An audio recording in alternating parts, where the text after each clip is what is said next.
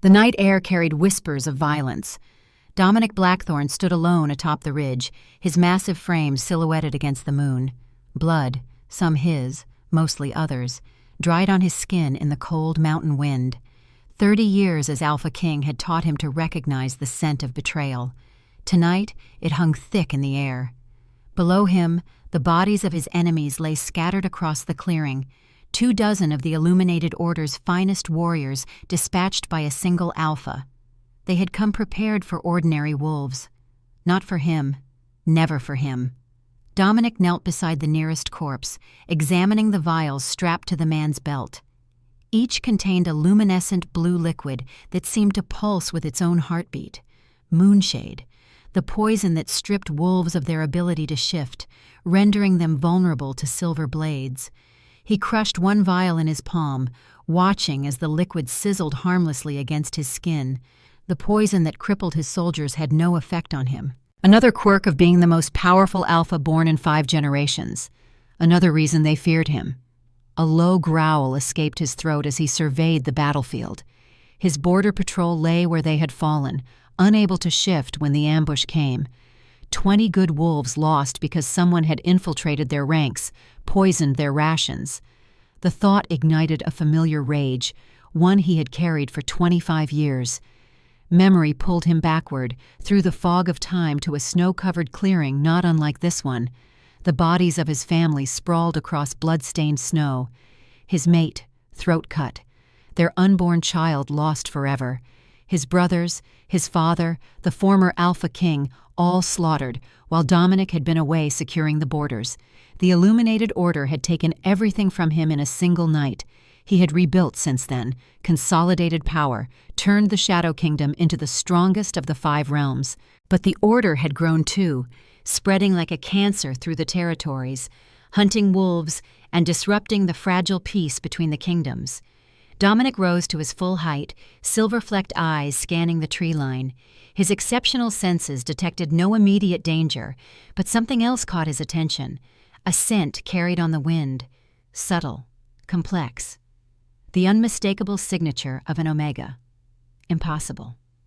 Omegas had become increasingly rare over the past century, hunted nearly to extinction for their healing abilities and the power they could bring to a pack. Those who survived lived in hiding, suppressing their nature with herbs and potions.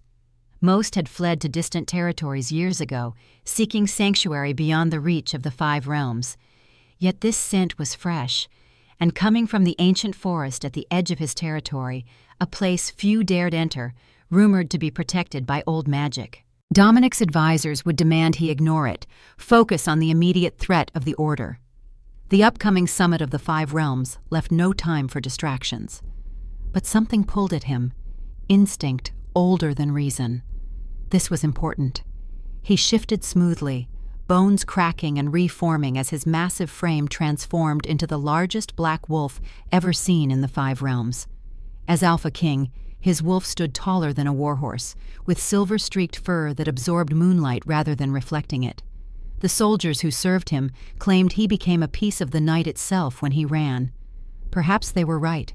The curse of the Blackthorne bloodline had always been darkness, control over shadow, over death. The price they paid for such power was balance. An Alpha King without an Omega Queen would eventually lose control, consumed by his own power. It was why the kings of old had always sought their perfect match. But Dominic had ruled alone for 25 years. The curse that prevented him from finding a true mate had become legend among his people, whispered about but never discussed openly. Without an heir, the Shadow Kingdom would descend into civil war when he died. The thought spurred him forward as he raced through the night, following that impossible scent. If an Omega had returned to his territory, perhaps there was hope yet. Dawn painted the mountains gold by the time Dominic reached the ancient forest. Few of his subjects ventured this deep into the wilderness. The trees here grew unnaturally large, their trunks wider than 10 men standing shoulder to shoulder, their canopies blocking most of the sunlight. Legends claimed the forest had stood since before wolves walked upright, that the oldest trees remembered a time when the 5 realms were one. The Omega's scent grew stronger among the ancient trees, Female, mature, with notes of mountain herbs and something else. Familiar, yet foreign. Dominic slowed his pace, moving silently despite his size. Decades of hunting had taught him patience. The small clearing appeared suddenly, as if the forest had decided to reveal it. A simple cabin stood nestled against the base of an enormous oak, its construction blending seamlessly with the surrounding nature. Smoke curled from a stone chimney, carrying the scent of medicinal herbs. Dominic circled the perimeter, staying hidden among the shadows. Through the windows, he caught glimpses of a woman moving about inside, tall and graceful with silver-streaked chestnut hair that fell to her waist. She worked methodically, grinding herbs in a mortar, occasionally consulting an ancient-looking book. The sight triggered something primal in him. He hadn't seen an unclaimed Omega in decades. Most were mated young, often against their will, to strengthen pack bloodlines. Yet this one moved with the confidence of someone who had lived free. As if sensing his presence, the woman paused. She lifted her head, eyes scanning the tree line where he stood concealed. For a brief moment, Dominic felt exposed despite his perfect camouflage. "I know you're out there," she called, her voice surprisingly rich and steady. "This forest protects its own. You won't find easy prey here." Dominic remained still, watching as she returned to her work. Something about her struck him as familiar, though he was certain they had never met. He would have remembered. The woman finished grinding her herbs, adding the powder to a small pot of simmering liquid. The pungent scent that rose from the mixture told him immediately what she was making: shadowthorn paste, used by Omegas to mask their natural scent. No wonder she had survived unclaimed for so long. He settled into the shadows to observe, curious about this lone Omega who had carved out an existence on the edges of his kingdom. As dusk approached, his vigilance was rewarded. A young family, a beta male carrying a child wrapped in bloodied bandages, followed by his exhausted mate, emerged from the forest, approaching the cabin with the caution of hunted animals. The Omega woman appeared in the doorway before they reached the clearing, as if she had sensed their approach. "Quickly!" she beckoned, ushering them inside. Dominic edged closer, positioning himself beneath an open window where he could hear the conversation within. "The order found our settlement near the Silver River," the beta male explained, voice breaking. "They came at dawn with moonshade and silver weapons. Few escaped." "Those monsters," the Omega woman muttered, her voice tight with controlled anger. "Let me see the child." Fabric rustled as bandages were unwound. A child whimpered in pain. "Silver blade," the woman diagnosed. "The wound is infected. Why didn't you seek help at the Shadow Keep? The Alpha King's healers—" "We dared not," the mother interrupted. "There are rumors the king has allied with the Order to maintain peace, that he trades Omegas and half-breeds for political stability." Dominic barely suppressed a growl. The lie stung more than any blade. He had spent 25 years fighting the Order, and still, his own people believed such falsehoods. "Nonsense," the Omega woman said sharply. "Whatever else he may be, King Blackthorn protects his own. The Shadow Kingdom remains the only realm where wolves still run freely on full moons." Her defense surprised him. Few spoke in his favor these days. Years of necessary but harsh decisions had earned him the title the Shadow Tyrant among those who didn't understand the threats they faced. "I don't know what to believe anymore," the Beta Father said wearily. "We've lost everything." The Omega's voice softened. "You've lost much, but not everything. Your daughter will heal, and you'll find sanctuary here until you're strong enough to continue your journey." "We can't impose," the mother protested weakly. "I wasn't asking," the Omega replied with gentle authority. "I am Evelyn Silverwood, and while you stand beneath my roof, you stand under my protection." Silverwood. The name struck Dominic like a physical blow.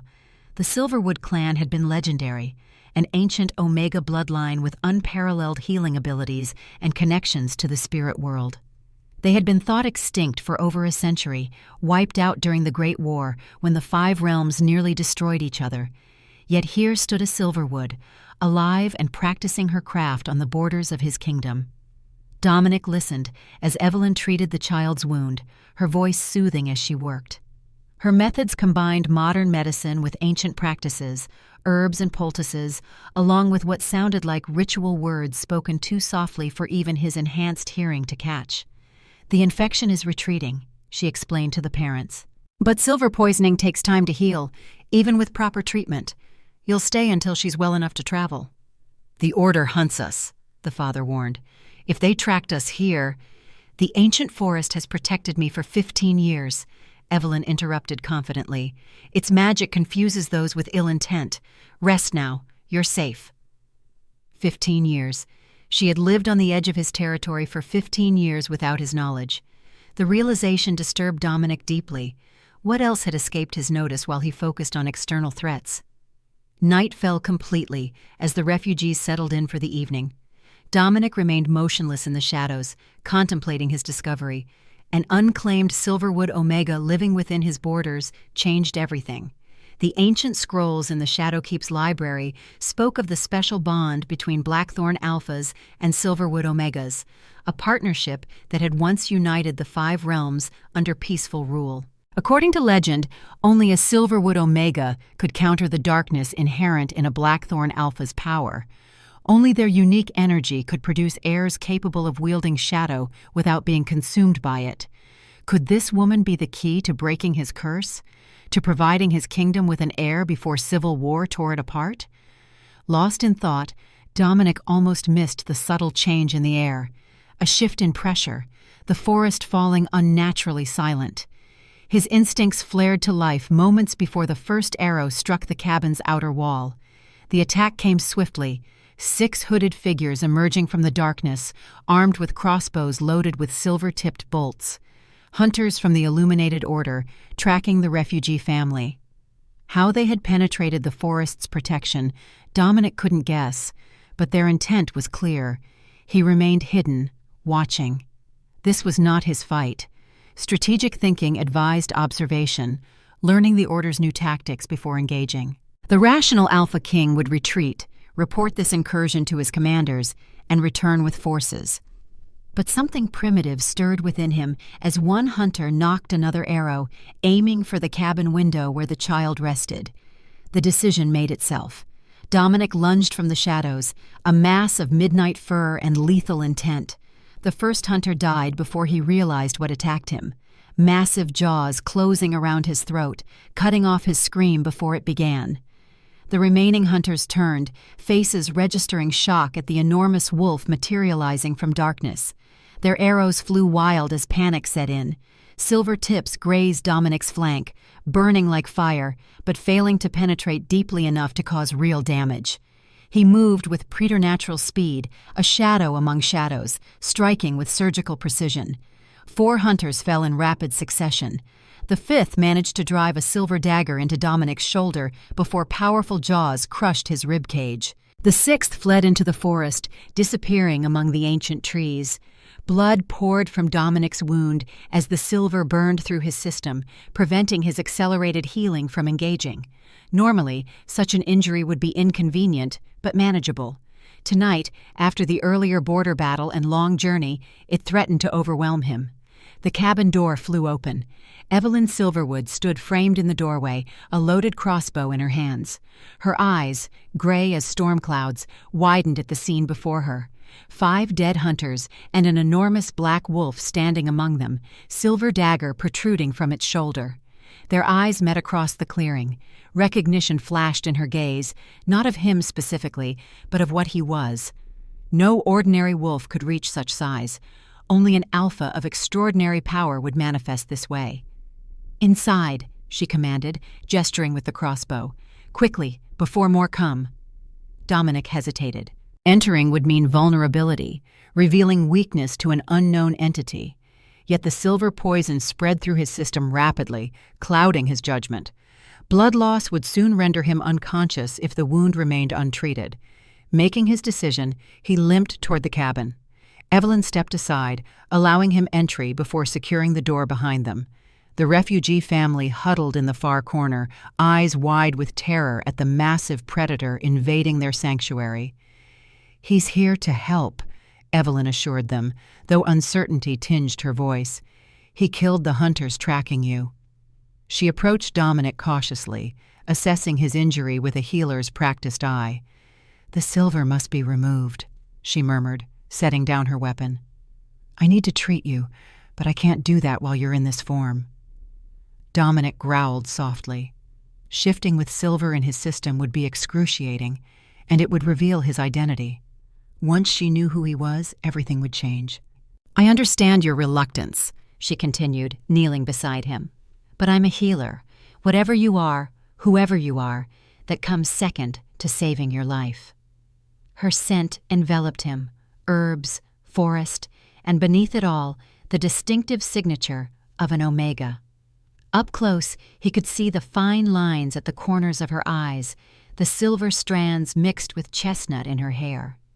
She was older than he initially thought, perhaps 35 or 40, still young for their kind, but mature. A woman who had lived through hardship and emerged stronger. Something about her called to him on a level beyond the physical, a recognition that transcended their brief acquaintance. With a deep breath, Dominic made his choice. The shift came painfully, bones realigning and fur receding as he transformed from beast to man. The process, usually fluid, stuttered and halted as silver poison interfered with the natural magic. When it finished, the Alpha King of the Shadow Realm knelt on the cabin floor, naked and bleeding, his human form every bit as imposing as his wolf. 6.5 feet of corded muscle and battle scars, with silver-streaked black hair falling past his shoulders and eyes that held the cold light of stars. Evelyn's sharp intake of breath told him she recognized him immediately. Few in the 5 realms had never seen an image of the infamous Shadow King. "Your Majesty," she whispered, instinctively lowering her gaze in the presence of such dominant alpha energy. The refugee family pressed themselves against the wall, terror plain on their faces. To them, the Alpha King's sudden appearance in their midst was more frightening than the hunters outside. "The silver," Dominic managed, his deep voice rough with pain. "Remove it." Evelyn recovered quickly, professionalism overtaking shock. Of course. She gathered supplies from various shelves, herbs, bandages, and a wicked-looking pair of iron tongs. "This will hurt," she warned unnecessarily, positioning the tongs around the protruding dagger. "Do it." With a swift, practiced motion, she extracted the blade. Dominic's body went rigid, a growl of pain escaping through clenched teeth. Blood flowed freely from the wound, darker than human blood, and carrying the metallic scent of silver contamination. Evelyn worked efficiently, cleaning the injury with a pungent solution before packing it with a poultice of herbs. Her hands moved with the confidence of someone who had performed such procedures countless times, yet a subtle tremor betrayed her nervousness at treating the most powerful alpha in the 5 realms. "The dagger missed anything vital," she reported, wrapping the wound with clean bandages. "But silver poisoning is tricky. You'll need rest while your body purges it." "I heal quickly," Dominic replied, already feeling strength returning as the silver left his system. "Even alphas need recovery time," she countered firmly, "especially alphas who insist on fighting multiple battles in a single day." Her directness surprised him. Most approached him with excessive deference or poorly concealed fear. This woman spoke to him as she might to any patient, with professional authority tempered by compassion. "You know who I am," he stated rather than asked. "Every wolf in the 5 realms knows the Alpha King." Evelyn moved away, washing blood from her hands in a basin. "Though I admit, finding you outside my cabin was unexpected. As unexpected as finding a Silverwood Omega living within my territory." Her hands stilled. When she turned back to face him, her expression had hardened. "How did you—" "You introduced yourself to them." Dominic nodded toward the refugee family.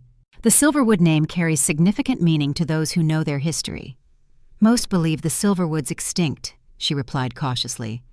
"Most would be wrong." Dominic studied her face, noting features that matched ancient portraits in the Shadowkeep's great hall. The high cheekbones, the storm-gray eyes, the particular way she held herself, all hallmarks of the legendary bloodline. "Why are you here, Your Majesty?" Evelyn asked directly. "Surely not to investigate rumors of a hermit healer in the ancient forest." "I followed a scent," he admitted. one I hadn't encountered in decades. Understanding darkened her eyes. You tracked me because I'm an Omega. I tracked you because you're an unclaimed Omega in my territory, he corrected. A potential threat or asset, depending on your intentions. The refugee mother made a small sound of distress. Evelyn glanced at the family before addressing Dominic again, her voice lowered. These people need rest, as do you. We can discuss territory and intentions tomorrow. Dominic considered protesting, but recognized the wisdom in her words. The silver poison, while no longer life-threatening, had taken its toll. His body required recovery time before the journey back to the Shadow Keep. Very well, he conceded. Tomorrow. Evelyn provided him with a blanket for modesty and indicated a pallet near the hearth. It's not the royal accommodations you're accustomed to, she said with a hint of dry humor. I've slept in worse conditions, he replied, settling onto the simple bedding. The heat from the fire eased the lingering chill of silver poisoning. As exhaustion claimed him, Dominic's last conscious thought was that Evelyn Silverwood was nothing like he would have expected, not cowed by his presence, not seeking favor or protection. Independent and strong-willed, qualities rare in a world where Omegas were typically sheltered and controlled. Perhaps that explained how she had survived unclaimed for so long. Dreams came swiftly, carrying him to a snow-covered clearing from 25 years ago. But instead of finding his family's bodies, he discovered Evelyn standing among the ancient trees, bathed in moonlight. In the dream, she reached for him, her touch dispelling the shadows that had haunted him for decades. Find me, she whispered, though her lips didn't move. Before he does. Dominic awoke suddenly, senses alert. Pre-dawn light filtered through the cabin windows.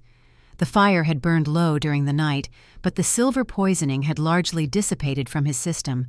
His wound had already begun to heal, flesh knitting together with alpha speed. Evelyn sat at her workbench, grinding herbs in a mortar. The rhythmic sound had likely pulled him from sleep. She worked with focused precision, adding measured amounts to a small pot simmering over a portable burner. You slept deeply, she observed without turning. The poison must have affected you more than you admitted. Where are the others? Dominic asked, noting the absence of the refugee family. I moved them to a secondary shelter before dawn. They were uncomfortable remaining under the same roof as the Shadow King. A hint of accusation colored her tone. You blame me for their fear. I understand it. Evelyn added liquid from a small vial to her mixture, stirring carefully. Your reputation precedes you. They've lost everything to violence. The presence of such powerful alpha energy is naturally intimidating. Dominic rose, securing the blanket around his waist. His clothes lay shredded where he had shifted the previous night, a consequence of unexpected transformation. You don't seem intimidated, he observed, approaching her workbench. I've treated too many wounds to be frightened by power, she replied, continuing her work. Alpha, beta, omega, we all bleed the same. The statement, delivered matter-of-factly, struck Dominic as profound in its simplicity. Few in his experience viewed the designations with such equanimity. What are you making? He asked, gesturing to her work. Shadowthorn paste. It masks omega scent. She glanced up briefly. Essential for survival in a world where being an unclaimed omega is dangerous. The mixture emitted a pungent odor, bitter herbs and something metallic. No wonder he hadn't detected her presence in 15 years. The formula would completely neutralize the distinctive omega signature. You've lived alone all this time? He questioned. Not entirely alone. Evelyn poured the completed mixture into a small jar. I help those in need, refugees, outcasts, wolves fleeing persecution. The ancient forest provides sanctuary. Under my protection, Dominic reminded her. Under its own protection, she corrected firmly. The forest existed long before the Shadow Kingdom. It has its own rules, its own magic. Her independence should have irritated him. Instead, he found it refreshingly honest after decades of sycophants and political maneuvering. How did a Silverwood Omega end up hiding in my territory? He asked directly. Your family was thought destroyed during the Great War. Evelyn's movements stilled. For a moment, he thought she might refuse to answer. Then her shoulders dropped slightly, resignation replacing resistance. "Not during the war," she said quietly. "After, when the survivors were hunted by those who feared our abilities." She turned to face him fully, her storm-gray eyes meeting his without flinching. "I was mated young to Marcus Ravencrest of the Eastern Pax, a political arrangement to strengthen bloodlines." Dominic knew the Ravencrest name well, an influential family with ancient lineage, though not royal. "I wasn't aware of such an alliance." "It ended badly," Evelyn continued, an edge entering her voice. "When I failed to conceive after 2 years, Marcus declared me barren, worthless. He cast me out, a humiliation meant to destroy me." Fury sparked in Dominic at the thought. Wolf culture valued fertility, but to discard a mate so callously, especially a Silverwood Omega, was barbaric even by the harshest standards. "He had no right," Dominic growled, alpha dominance coloring his tone. "Rights had nothing to do with it," Evelyn replied bitterly. "Power did, and Marcus had it, or so he believed." Something in her expression suggested there was more to the story. "What happened after he cast you out?" "I wandered, survived, learned to hide what I am." She turned back to her workbench, capping the jar of paste. "Eventually, I found this forest. It welcomed me when nowhere else would." Dominic sensed she was omitting significant details, but pressed on to what concerned him most. "And Marcus Ravencrest? What became of him?" A shadow crossed Evelyn's face. "He joined the Illuminated Order, rose through their ranks. Now he leads their hunt for wolves like us, especially Omegas." The revelation hit Dominic like a physical blow. Marcus Ravencrest, leader of the order that had slaughtered his family and now threatened all wolfkind, the man responsible for the border attack that had brought Dominic to this forest in the first place. "You know this for certain?" Evelyn nodded grimly. "The refugees who come here speak of him, silver-haired now but still recognizable. They call him the Wolf Hunter." Pieces fell into place with devastating clarity. The Order's increasingly effective tactics against shifters, their uncanny ability to locate hidden packs. A former alpha with intimate knowledge of wolf physiology and culture would make a formidable hunter. "Why didn't you come to the Shadow Keep?" Dominic demanded. "Report what you knew?" "And reveal myself as an unclaimed Omega?" Evelyn laughed without humor. "I've seen how Omegas are treated, Your Majesty, even in your supposedly progressive kingdom, claimed immediately, controlled, protected to the point of imprisonment." He couldn't deny the accusation. Omegas were so rare, so valuable for bloodline strength, that they were indeed treated as precious commodities rather than individuals with agency. "Besides," she continued, "until last night, I had no reason to believe the Alpha King would welcome information from a cast-off Omega with no pack ties." Before Dominic could respond, a shimmer of energy passed through the cabin, subtle but unmistakable to those sensitive to such things. Evelyn's head snapped up, her gaze darting to the window. "What is it?" Dominic demanded, instantly alert. "The forest's warning system," she explained tersely, moving to gather supplies with practiced efficiency. "Someone with ill intent has crossed the outer boundary." Dominic reached for his ruined clothing, frustration mounting at his lack of preparedness. "How many?" "I can't tell yet." Evelyn tossed him a bundle of fabric, simple trousers and a shirt that would be too small, but better than nothing. "But the forest only reacts this way to significant threats." As Dominic dressed quickly, ignoring the tightness of the borrowed clothing, his mind calculated possibilities. The escaped hunter from last night returned with reinforcements, a patrol from the Shadow Keep, tracking their king, or something worse. Evelyn moved to the window, peering cautiously through the glass. Her sharp intake of breath told him everything before she spoke. "Marcus," she whispered, face paling. "He's found me." Time stopped as Evelyn uttered that name.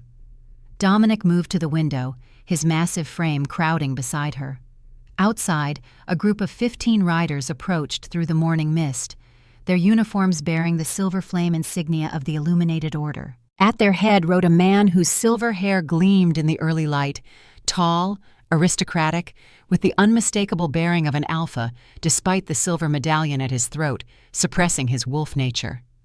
"Marcus Ravencrest," Dominic growled, the name like poison on his tongue. The man who had orchestrated the slaughter of his family, the man who had rejected and humiliated the woman beside him, the leader of the greatest threat to Wolfkind since the Great War. "We need to leave," Evelyn whispered, already gathering essentials into a small pack. "The forest can confuse them, but not for long, not with Marcus leading them." Dominic turned to her, his silver-flecked eyes narrowing. "You've run from him for 15 years. Today, that ends." "You don't understand," she countered, hands trembling slightly as she worked. "He doesn't just want me dead. He wants what only a Silverwood Omega can provide." "Which is?" "Blood magic." She met his gaze, fear and determination warring in her expression. "The Order believes Omega blood can permanently sever a wolf's connection to their inner beast. They've been experimenting, creating the toxins that prevent shifting. But with Silverwood blood, they could develop something permanent, a final solution to what they call the wolf plague." Dominic's mind raced through implications.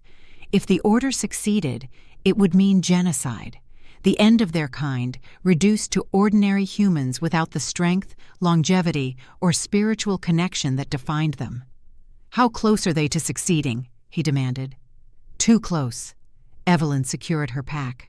"Why do you think they've intensified their hunts?" "They're refining the formula, testing it on captured wolves." A thunderous knock rattled the cabin door. "Evelyn Silverwood!" Marcus's voice carried the practiced authority of a former alpha. "By authority of the Illuminated Order, you are commanded to surrender yourself for questioning regarding illegal healing practices and harboring of wolf fugitives." Evelyn froze, color draining from her face. Dominic placed a hand on her shoulder, feeling the slight tremor that ran through her body. "The back exit," she whispered, indicating a concealed door behind a bookcase. "It leads to tunnels beneath the forest. We can reach the refugee shelter. Warn them." Dominic assessed their options with the cold calculation of a warrior king. Running meant surviving to fight another day. Confrontation now, unprepared and outnumbered, risked everything. Yet the alpha in him balked at retreat. This was the man who had orchestrated his family's murder, who now threatened his entire species. Every instinct demanded blood. "We have 10 seconds before they break down the door," Evelyn urged, reading his hesitation correctly. With a curt nod, Dominic followed her to the hidden exit. The bookcase slid aside silently, revealing a narrow passage descending into darkness. "Move quickly," she instructed, producing a small glass vial filled with luminescent blue liquid. "This will guide us." As they disappeared into the passage, the sound of splintering wood echoed from above. The Order had breached the cabin. The tunnel wound beneath ancient tree roots, occasionally widening into chambers filled with supplies, or narrowing to passages barely wide enough for Dominic's broad shoulders. Evelyn moved confidently in the dim blue light, navigating without hesitation. "You've prepared for this," Dominic observed, ducking beneath a low-hanging root. 15 years of preparation, she confirmed without turning, always knowing this day would come. Her certainty intrigued him. "Yet you stayed. Why not flee the 5 realms entirely?" Evelyn slowed, her shoulders tensing. "I considered it, many times." She glanced back, her face ghostly in the blue glow. "But this forest called to me, and there were always those who needed help, wolves with nowhere else to turn."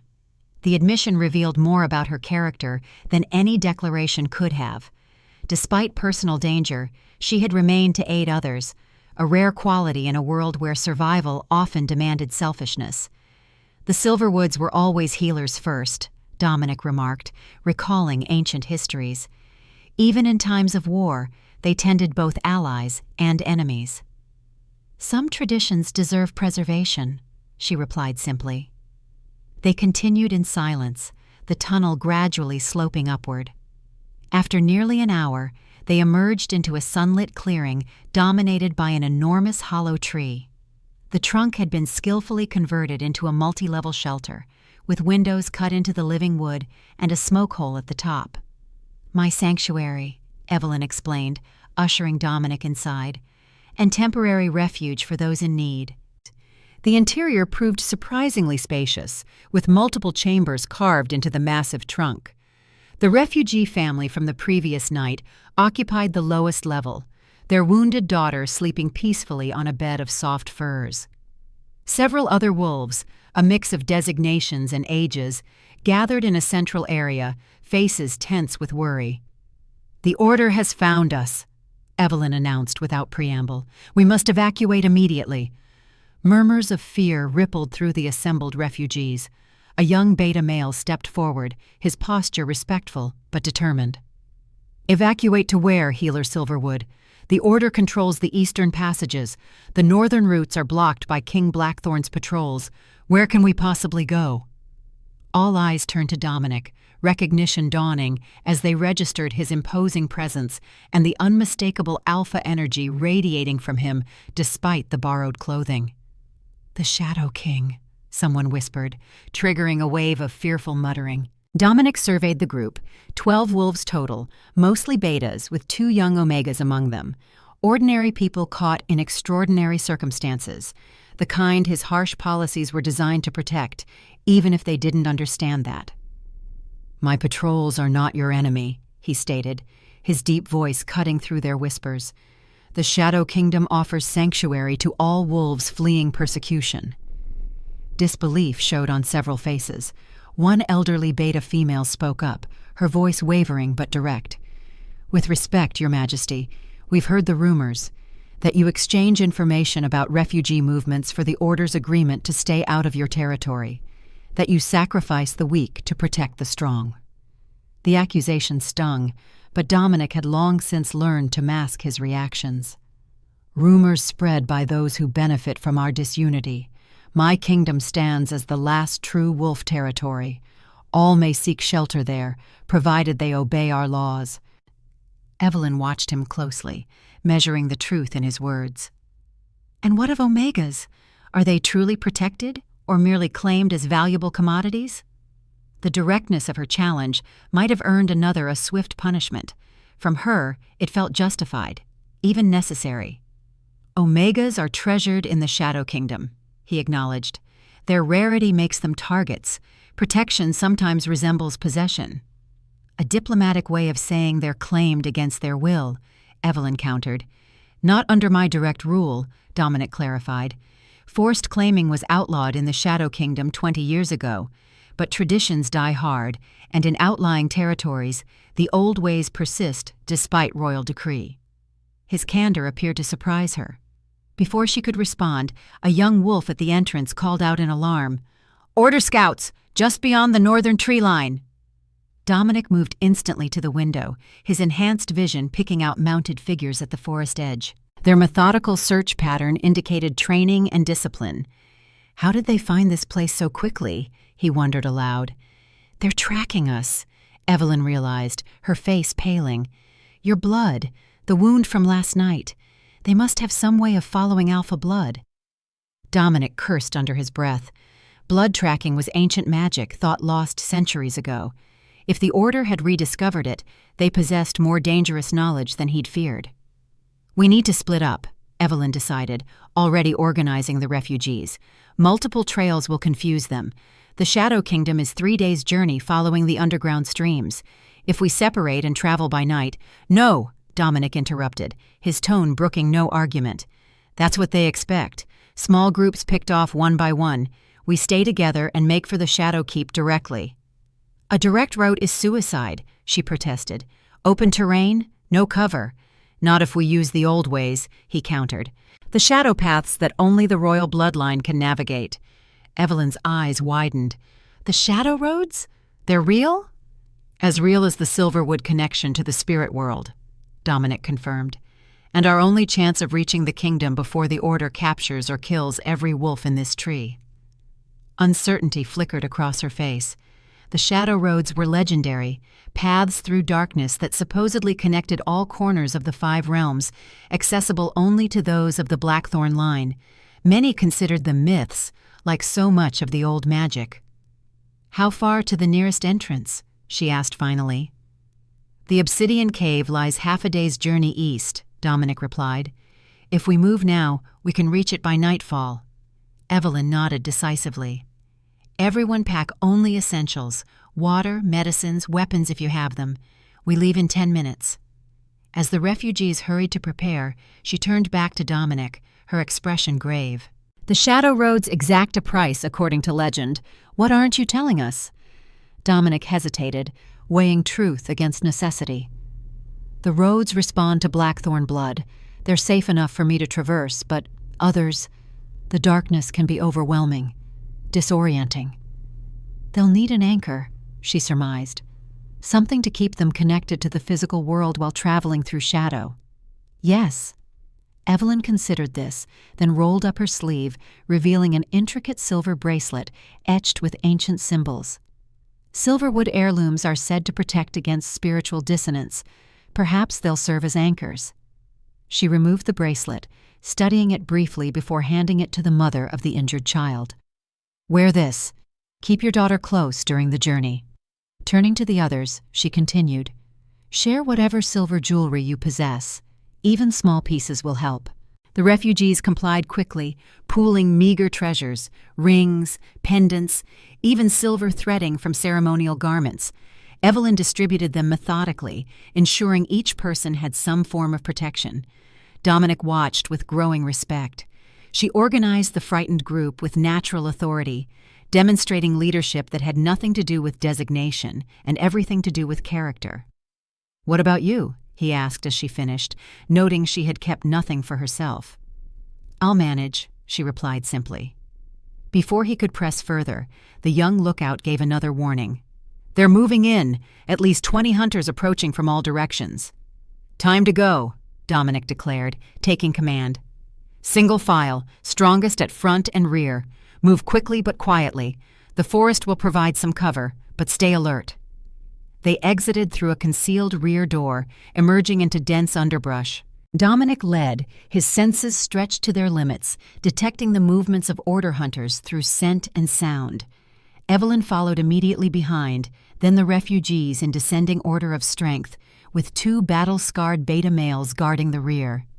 The ancient forest seemed to respond to their plight, branches shifting to provide better cover, roots smoothing to ease their passage. Dominic had heard tales of such phenomena, but witnessed it now firsthand: the symbiotic relationship between the primeval trees and those they chose to protect. Their progress remained steady for nearly an hour before the first confrontation. 3 order hunters appeared suddenly from behind a massive fallen trunk, crossbows raised and loaded with silver bolts. Dominic moved faster than human eyes could track, crossing the distance before the hunters could fire. His borrowed clothing tore as muscles expanded, partial shifting allowing claws and fangs while maintaining bipedal form. The first hunter died with his throat torn out. The second managed to fire, the bolt grazing Dominic's shoulder before powerful hands snapped his neck.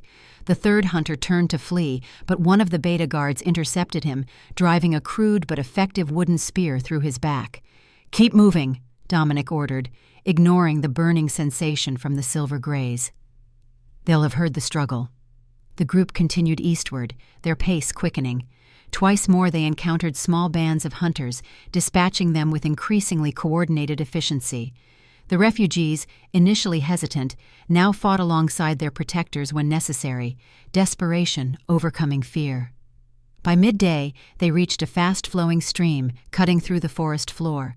Dominic signaled a brief rest, allowing the wounded child and elderly to catch their breath, while he conferred with Evelyn. "We're making good progress," he noted, crouching beside the water to wash blood from his hands. "Another 3 hours to the obsidian cave." Evelyn knelt beside him, examining the silver burn on his shoulder. "This needs treatment," she insisted, already reaching for her pack of healing supplies. "It's minor," he dismissed. "Minor wounds become major problems when silver is involved," she countered, applying a poultice without waiting for permission. "Even for alpha kings." Her fingers worked skillfully, spreading the mixture over his injury. The burning sensation eased immediately, replaced by cooling relief. Dominic studied her as she worked, noting the intense concentration in her eyes, the slight furrow between her brows. "You've treated many silver wounds," he observed. "Too many," she agreed quietly. "The Order has refined their methods over the years. Their weapons now carry toxins that spread silver poisoning throughout the system. Like the moonshade they used on my border patrol." Evelyn nodded grimly. "That's one variant. There are others, each designed for specific targets. Alphas, pregnant females, pups." The deliberate targeting of the most vulnerable sparked fresh rage in Dominic. "How do you know so much about their methods?" Her hands stilled momentarily before resuming their work. "I was Marcus's mate for 2 years," she reminded him. "I saw the beginnings of his obsession with wolf physiology, how different designations responded to different treatments." Understanding dawned. He experimented even then. Yes, but his subjects were willing, wolves seeking medical treatment. She secured a bandage over the poultice. "After I was cast out, I heard rumors, how his research had darkened, how he sought omegas specifically. Because of their healing capabilities? Partly, but also because omega physiology is more adaptable, more receptive to certain types of magic." Evelyn packed away her supplies, avoiding his gaze. "Especially silverwood omegas." Dominic sensed she still withheld something significant, but before he could press further, a distant howl pierced the forest quiet, the hunting cry of tracking wolves. "Traitors," he growled, recognizing the distinctive sound of wolves hunting their own kind. "The Order has shifters working for them." Evelyn's expression hardened. Marcus always believed in using every available tool, even those he despised. They resumed their journey immediately, pushing a grueling pace. The terrain grew increasingly rocky as they approached the eastern mountains, forest giving way to scattered boulders and steep inclines. The first sighting of the obsidian cave came in late afternoon, a jagged black mouth in the mountainside, surrounded by crystalline formations that absorbed light rather than reflecting it. Ancient symbols decorated the entrance, barely visible beneath centuries of weathering. "We need to hurry," Dominic urged, as they approached the final stretch of exposed ground before the cave. "Once inside, I can seal the entrance temporarily." The refugees moved as quickly as possible, fatigue evident in their labored breathing and stumbling steps. The injured child had been carried for hours, passing between strong arms as bearers tired. They had nearly reached the cave when the attack came, a coordinated assault from 3 directions. Hunters emerged from concealed positions, firing silver crossbow bolts in disciplined volleys, while wolf-formed traitors charged from the flanks. "Into the cave!" Dominic roared, shifting partially to meet the attack. His massive form blocked the main assault, claws and fangs claiming victims with terrible efficiency.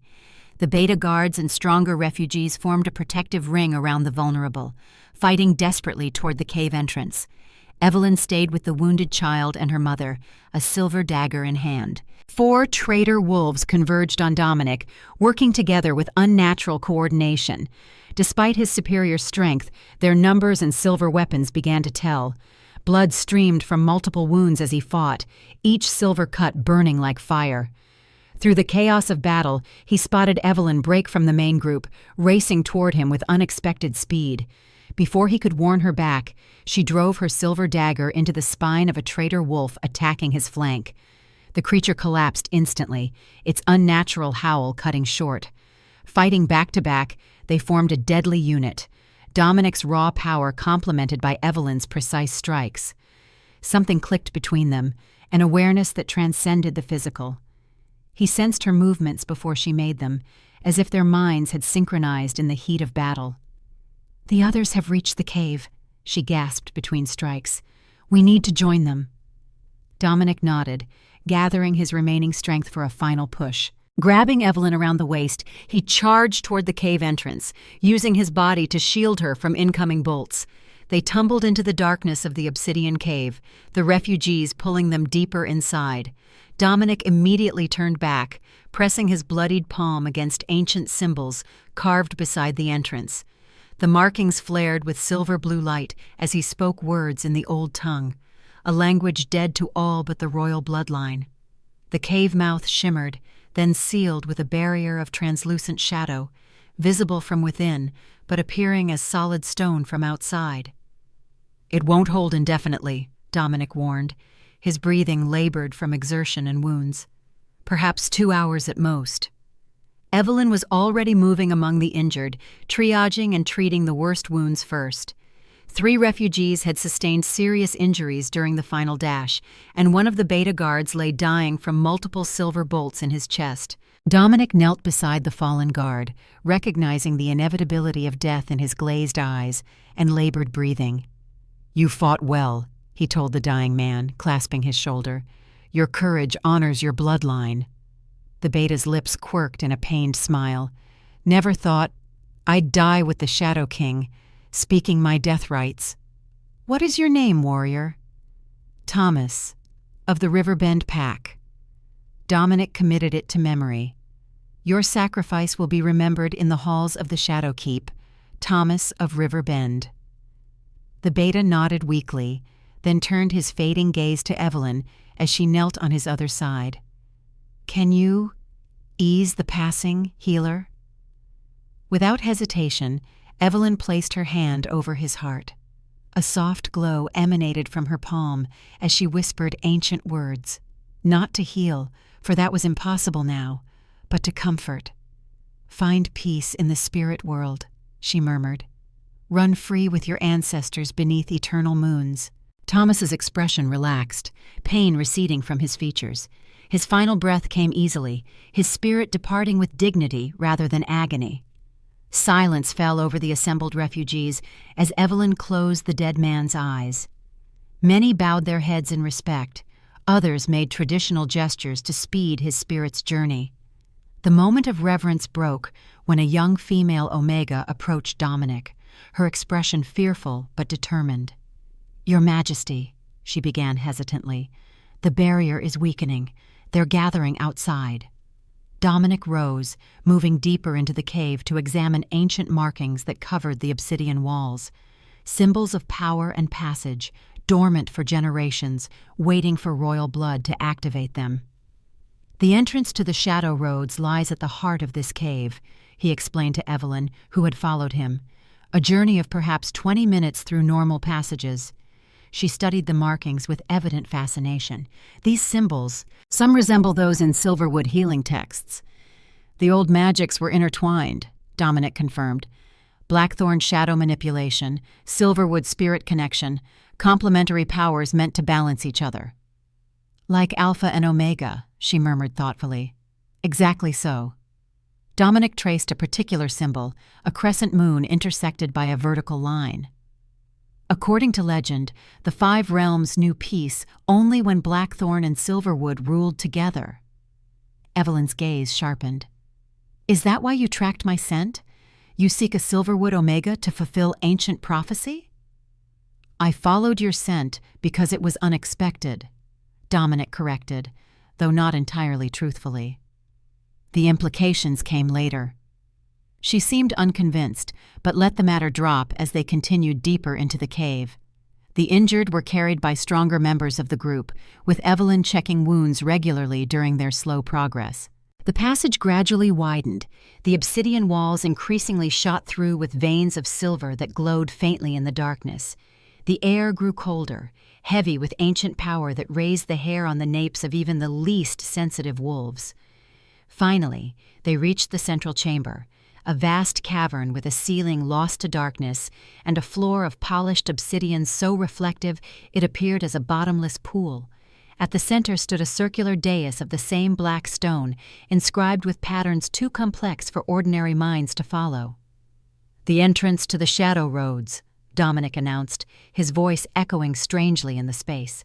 The refugees gathered nervously at the chamber's edge, instinctively reluctant to approach the dais. Even without understanding the ancient magic at work, they sensed its otherworldly nature. "What must we do?" Evelyn asked, studying the inscriptions with a scholar's intensity. Dominic removed a small obsidian dagger from a hidden sheath in his boot. "First, my blood to open the way." He made a swift cut across his palm, allowing drops to fall onto specific points of the inscription. The effect was immediate. The patterns flared with cold silver fire, spreading outward from each blood droplet until the entire dais glowed with unearthly light. The obsidian floor around it seemed to liquefy, becoming a pool of living shadow that swirled and eddied like water in a whirlpool. Several refugees gasped or made signs against evil. Evelyn watched with wary fascination. "And now?" she prompted. "Now we enter the shadow," Dominic replied. "I go first, anchoring the path. Each person follows, maintaining contact with those ahead and behind. Under no circumstances break the chain. The roads exist outside normal space. Those who stray are lost forever." Fear rippled through the group. An elderly beta voiced what many clearly thought. "Perhaps we should take our chances with the Order." "The Order means death, or worse," Dominic countered firmly. "The shadow roads are dangerous but navigable with proper guidance." He turned to Evelyn. "You should remain directly behind me. Your silverwood blood may provide additional protection for those following." She nodded, removing a silver pendant from around her neck, her last piece of protective silver. To his surprise, she held it out to him. "You'll need this more than anyone," she explained. "You're our anchor. If you become disoriented, we all perish." Dominic accepted the pendant, recognizing its significance. An heirloom bearing the Silverwood family crest, a crescent moon embracing a flowering tree. Such items weren't merely symbolic. They contained fragments of old magic, passed down through bloodlines. As he slipped it over his head, a peculiar sensation washed over him, warmth spreading outward from where the silver rested against his chest. The shadow roads had always felt cold and hostile, even to him. Perhaps this journey would be different. "Form a line," he instructed the refugees. "Strongest in front, then those carrying the injured, weakest protected in the middle, no gaps in the chain." Once they had arranged themselves accordingly, Dominic stepped onto the dais, Evelyn close behind him. The living shadow swirled around their ankles, neither warm nor cold, but somehow both simultaneously. "Close your eyes when you feel the pull," he advised. "The transition can be disorienting." With that final warning, he stepped forward into the center of the dais where the shadow swirled most actively. The world tilted, reality folding around him as it always did when entering the roads. But this time, something was different. The pendant at his chest flared with silver light, cutting through the absolute darkness that typically engulfed travelers. Instead of the usual sensory deprivation, Dominic could perceive shapes within the void, suggestions of landscapes and structures that had once existed where the roads now ran. More remarkably, he sensed Evelyn's presence behind him with unprecedented clarity, not merely physical awareness, but something deeper. Her emotions, her strength, the steady rhythm of her heart. They were connected in a way he'd never experienced during shadow travel. Through her, he felt the chain of refugees linked hand to shoulder, their fear and determination a complex tapestry of sensation. The shadow roads stretched before them, not a physical path, but a series of connections between places that resonated with blackthorn energy. Dominic focused on the strongest such connection, the one leading directly to the heart of his kingdom. "The Shadow Keep," he stated into the void, setting their destination. The roads responded, reality shifting around them once more as their journey truly began. The shadow roads defied ordinary description. Neither space nor time behaved as expected within their twisting passages. Moments stretched into eternities, then compressed into heartbeats. Distances that should have taken days to traverse passed in what felt like minutes, while crossing mere inches sometimes required excruciating effort. For Dominic, this journey differed profoundly from previous passages. The silver pendant at his chest pulsed with gentle warmth, creating a sphere of clarity around him where normally only darkness would exist. Within that sphere, he perceived echoes of the world above, ghostly trees, mountains, rivers, all rendered in shades of silver and shadow as they passed beneath them. Most remarkable was his connection to Evelyn. Her hand gripped his shoulder firmly, but their connection transcended physical contact. He felt her presence like a counterweight to his own, where his energy ran cold and dark, hers flowed warm and bright. The balance steadied his navigation, making the treacherous roads more manageable than he'd ever experienced. Through her, the chain of refugees remained tangible in his awareness. Their fear, determination, and growing exhaustion registered as varying pressures against his consciousness. Twice he felt someone begin to falter, their grip on reality slipping, and both times Evelyn somehow reinforced their connection, preventing disaster. How long they traveled, Dominic couldn't say. The roads existed outside normal time. But eventually, he sensed their destination approaching, a nexus of ancient power directly beneath the Shadow Keep, his ancestral home. "Prepare yourselves," he called back, his voice strangely muffled in the non-space around them. "The exit can be jarring." He focused his will, drawing on bloodline power to shape the shadows ahead. A vertical seam of silver light appeared, widening under his concentration until it formed a doorway tall enough to accommodate even his imposing frame. Dominic stepped through first, maintaining his grip on Evelyn to guide her. They emerged into a vast underground chamber hewn from the same obsidian as the cave they'd left behind. Ancient pillars supported a ceiling lost to darkness, while silver veins in the walls provided dim illumination. One by one, the refugees followed, each stumbling slightly as they transitioned from the disorienting roads back to physical reality.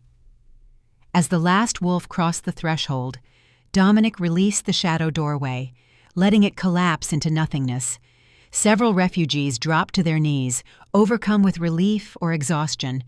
Others stood swaying, disoriented by the journey. The wounded were lowered carefully to the smooth stone floor, where Evelyn immediately began checking their conditions. "We made it," she murmured, glancing up at Dominic. "All of us." "The heart chamber," Dominic explained, gesturing to their surroundings. "Oldest part of the Shadow Keep, built directly into the mountain's core." Evelyn studied the massive space with scholarly interest. "I've read descriptions in ancient texts, but never imagined. The craftsmanship is extraordinary." "My ancestors believed proximity to the mountain's heart strengthened their connection to old magic," Dominic explained. "Each stone was placed with ritual purpose." He moved to a wall adorned with intricate carvings, placing his palm against a central symbol, the Blackthorn family crest of a thorned crown encircling a full moon. The carving pulsed with recognition, and a section of wall slid aside, revealing a passage leading upward. "This will take us to the royal quarters," he said, turning back to the group. "You'll be safe there while arrangements are made for more permanent accommodations." The refugees exchanged uncertain glances, clearly uncomfortable with the notion of entering the Alpha King's personal domain. Dominic understood their hesitation. For ordinary wolves, royal quarters were forbidden territory, entered only by invitation, and such invitations rarely ended well for the recipients. "Your Majesty," a middle-aged beta female ventured cautiously, "perhaps there are servant quarters or guard barracks better suited to our station." Dominic considered the woman with newfound perspective. Before meeting Evelyn, he might have viewed such concern as mere deference. Now he recognized the fear underlying her politeness, fear of power, of alphas, of the unpredictability that had defined their existence as refugees. "The royal quarters include guest chambers designed for diplomatic visitors," he explained more gently than was his custom. "They're the most secure rooms in the keep, with private access to healing facilities. You've all endured enough hardship without adding unnecessary discomfort." The woman nodded, seemingly reassured by his reasoning, if not entirely convinced of his motives. Evelyn finished her examination of the wounded, rising to her feet with the careful movements of someone managing their own exhaustion. "The silver poisoning has stabilized," she reported, "but proper treatment requires supplies I don't have with me. The child's condition particularly concerns me." "My personal healer has extensive experience with silver wounds," Dominic assured her, "and the keep's apothecary contains every medicinal herb known to wolfkind." He led them upward through the passage, a spiraling staircase carved into living stone. The journey took nearly 20 minutes, the refugees struggling with fatigue as they climbed. Finally, they reached another sealed door bearing the royal crest. Dominic pressed his palm against it, murmuring words in the old tongue. The door recognized his bloodline, swinging inward to reveal a sumptuously appointed antechamber. Rich tapestries depicted scenes from the Shadow Kingdom's history, while silver sconces held enchanted flames that burned without smoke. The air carried subtle scents of cedar and spice, a welcome change from the neutral emptiness of the shadow roads. The refugees entered cautiously, their expressions a mixture of awe and discomfort at such unaccustomed luxury. Before Dominic could issue further instructions, the inner door opened, admitting a tall, silver-haired beta male whose dignified bearing marked him as someone of importance. "My king," the man said, bowing deeply, "we had reports of unusual shadow activity in the heart chamber. I see you've brought guests." "Lord Nathaniel," Dominic acknowledged, "these people require immediate medical attention, particularly the child. Summon healer Jerome and prepare the East Wing guest chambers." Nathaniel's gaze swept over the bedraggled group, lingering momentarily on Evelyn before returning to Dominic. If he found anything unusual about the situation, his impeccable court manners revealed nothing. "At once, Your Majesty. Shall I inform the council of your return?" "Not yet. I'll brief them personally once our guests are settled." Nathaniel bowed again and departed swiftly, his efficient movements suggesting long service in the royal household. "Who was that?" Evelyn asked quietly, moving to stand beside Dominic. "Lord Nathaniel Ravencrest, my chief advisor." Evelyn froze, her face draining of color. "Ravencrest? As in—" "Marcus's elder brother," Dominic confirmed, "though they haven't spoken in 20 years, not since Marcus joined the Order." "You trust him?" Her voice held equal parts disbelief and accusation. "With my life," Dominic replied firmly. "Nathaniel publicly denounced his brother when Marcus's experiments first came to light. He's proven his loyalty countless times since." Evelyn appeared unconvinced, but before she could argue further, a flurry of activity interrupted them. Servants entered bearing trays of food and drink, followed by healer Jerome, an elderly Omega male with keen eyes and a no-nonsense demeanor. The next hour passed in organized chaos as the refugees were fed, examined, and eventually escorted to guest chambers. The wounded received immediate treatment, with Evelyn assisting Jerome despite her own exhaustion. Dominic observed her collaborative approach with interest, offering expertise without overstepping boundaries in another healer's domain. By the time the last refugee had been settled, evening had fallen. Dominic led Evelyn to a spacious chamber adjacent to his own royal apartments, close enough for protection, but separate enough for propriety. "You should rest," he advised, noticing the fatigue lining her face. "The journey through the roads takes a greater toll than most realize." "I'm fine," she insisted, though her body swayed slightly with exhaustion. "We need to discuss what happens next." Dominic studied her with grudging admiration. Despite everything she'd endured, her determination remained unbroken. "Rest first," he countered. "We'll speak in the morning, when both our minds are clearer." Reluctantly, she nodded. "Just answer one question before you go. Why help us? Why risk yourself for a group of refugees and an Omega you just met?" The question deserved honesty, though the complete truth remained complicated even to Dominic himself. "The Order slaughtered my family 25 years ago," he replied after a moment's consideration. "Every action I've taken since then has been directed toward one goal, ensuring the survival of our kind. That includes protecting those the Order would destroy, even at personal risk." Evelyn's gaze remained steady, searching his face for deeper truths. "And my being a Silverwood Omega has nothing to do with it?" "I won't deny your bloodline intrigues me," Dominic admitted. "The ancient texts speak of Blackthorn-Silverwood alliances with significant implications, but that's a discussion for tomorrow." She accepted this with a tired nod. "Until tomorrow, then." Dominic left her to rest, making his way to the war chamber where he knew Nathaniel would be waiting.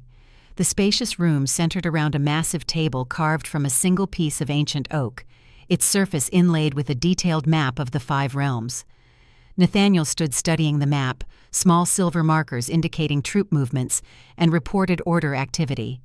He looked up as Dominic entered, his expression grave. "The order grows bolder," he reported without preamble. "3 more border incursions this week alone, and troubling reports from the Western realms. King Sylvan has apparently opened diplomatic channels with the Illuminated Council." "Sylvan always was a pragmatist," Dominic observed grimly, joining his advisor at the map. "He'll sacrifice principles for security." "There's more." Nathaniel indicated a region near the ancient forest. "Our scouts report unusual activity, a significant order force converging on the area you just left, led by Marcus himself." Dominic's expression darkened. "He hunts the Silverwood Omega." "Indeed." Nathaniel's gaze sharpened with interest. "I noticed her among your refugees. Remarkable to find one alive after all this time. More remarkable that she survived 15 years within our borders without detection." "The ancient forest has its own protections," Nathaniel acknowledged. "Even your patrols avoid its depths." Dominic studied the map, noting the markers representing order movements. Their patterns suggested not random raids, but coordinated strategy, a noose slowly tightening around wolf territories. "They're preparing for something larger than individual hunts," he concluded. "These incursions test our defenses, probe for weaknesses." "The summit approaches," Nathaniel reminded him. Representatives from all 5 realms gathering in one location would present a tempting target. The Summit of the 5 Realms, a diplomatic gathering held every 5 years to renew treaties and address shared concerns. This year's meeting would take place in the Shadow Keep, as Dominic's kingdom remained the strongest wolf territory. "Double the guard rotations," Dominic ordered, "and implement the silver detection protocols at all entrances. No one enters the keep without thorough screening." Nathaniel nodded, making notes on a small scroll. "And the Silverwood woman? Her presence could complicate matters." "How so?" "Rumors of your curse have spread beyond our borders," Nathaniel said carefully. "A Silverwood Omega appearing now, just before the summit, will spark speculation. Some will view it as opportunity, others as threat." Dominic considered this, recognizing the political complexities. The summit would bring alpha leaders from all realms, many with unmarried offspring seeking advantageous matches. An unclaimed Omega of legendary bloodline would attract dangerous attention. "She remains under my personal protection," he stated firmly. "Make that clear to anyone who inquires." "As you wish." Nathaniel hesitated, then added, "But personal protection can be interpreted many ways, especially regarding Omegas. Unless you clarify the nature of that protection, assumptions will be made." The implication hung in the air between them. Claiming an Omega, even temporarily, carried significant social and political weight. Such claims could be challenged only through formal combat, a deterrent to most, but perhaps not to ambitious alphas from other realms. "Let them assume what they will," Dominic finally decided. "Ambiguity may serve our purposes for now." Nathaniel accepted this with a slight bow. "There is one more matter requiring your attention.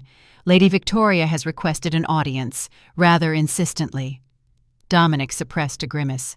Lady Victoria Moonfire, daughter of the Northern Alpha and his occasional companion for the past 3 years, had been angling for a formal mating arrangement despite his clear indifference. Her political value made outright rejection complicated, but recent events had changed his perspective on many things. "Tomorrow," he said dismissively, "after the council briefing." "As you wish." Nathaniel gathered his scrolls efficiently. "Will you require anything else this evening?" "Privacy," Dominic replied, "and have breakfast sent to my chambers in the morning. Enough for 2. If Nathaniel found this instruction notable, his expression revealed nothing. With a respectful bow, he departed, leaving Dominic alone with his thoughts. Sleep proved elusive that night. Dominic paced his chambers restlessly, mind cycling through immediate concerns and ancient possibilities. The Silverwood woman's appearance had awakened something long dormant within him, a hope he'd carefully buried beneath years of pragmatic rule. The curse that prevented him from producing an heir threatened everything he'd built. Without a direct successor, his death would trigger bloody succession battles that would weaken the Shadow Kingdom at a time when unity was essential for survival. According to ancient texts, only a union between Blackthorn and Silverwood bloodlines could break the curse, a fact that explained why no other mating had produced children, despite multiple attempts early in his reign. Yet using Evelyn for such purposes felt wrong in ways Dominic couldn't entirely articulate. The woman had endured enough manipulation and control. To view her primarily as a solution to dynastic problems seemed no better than Marcus's treatment of her years ago.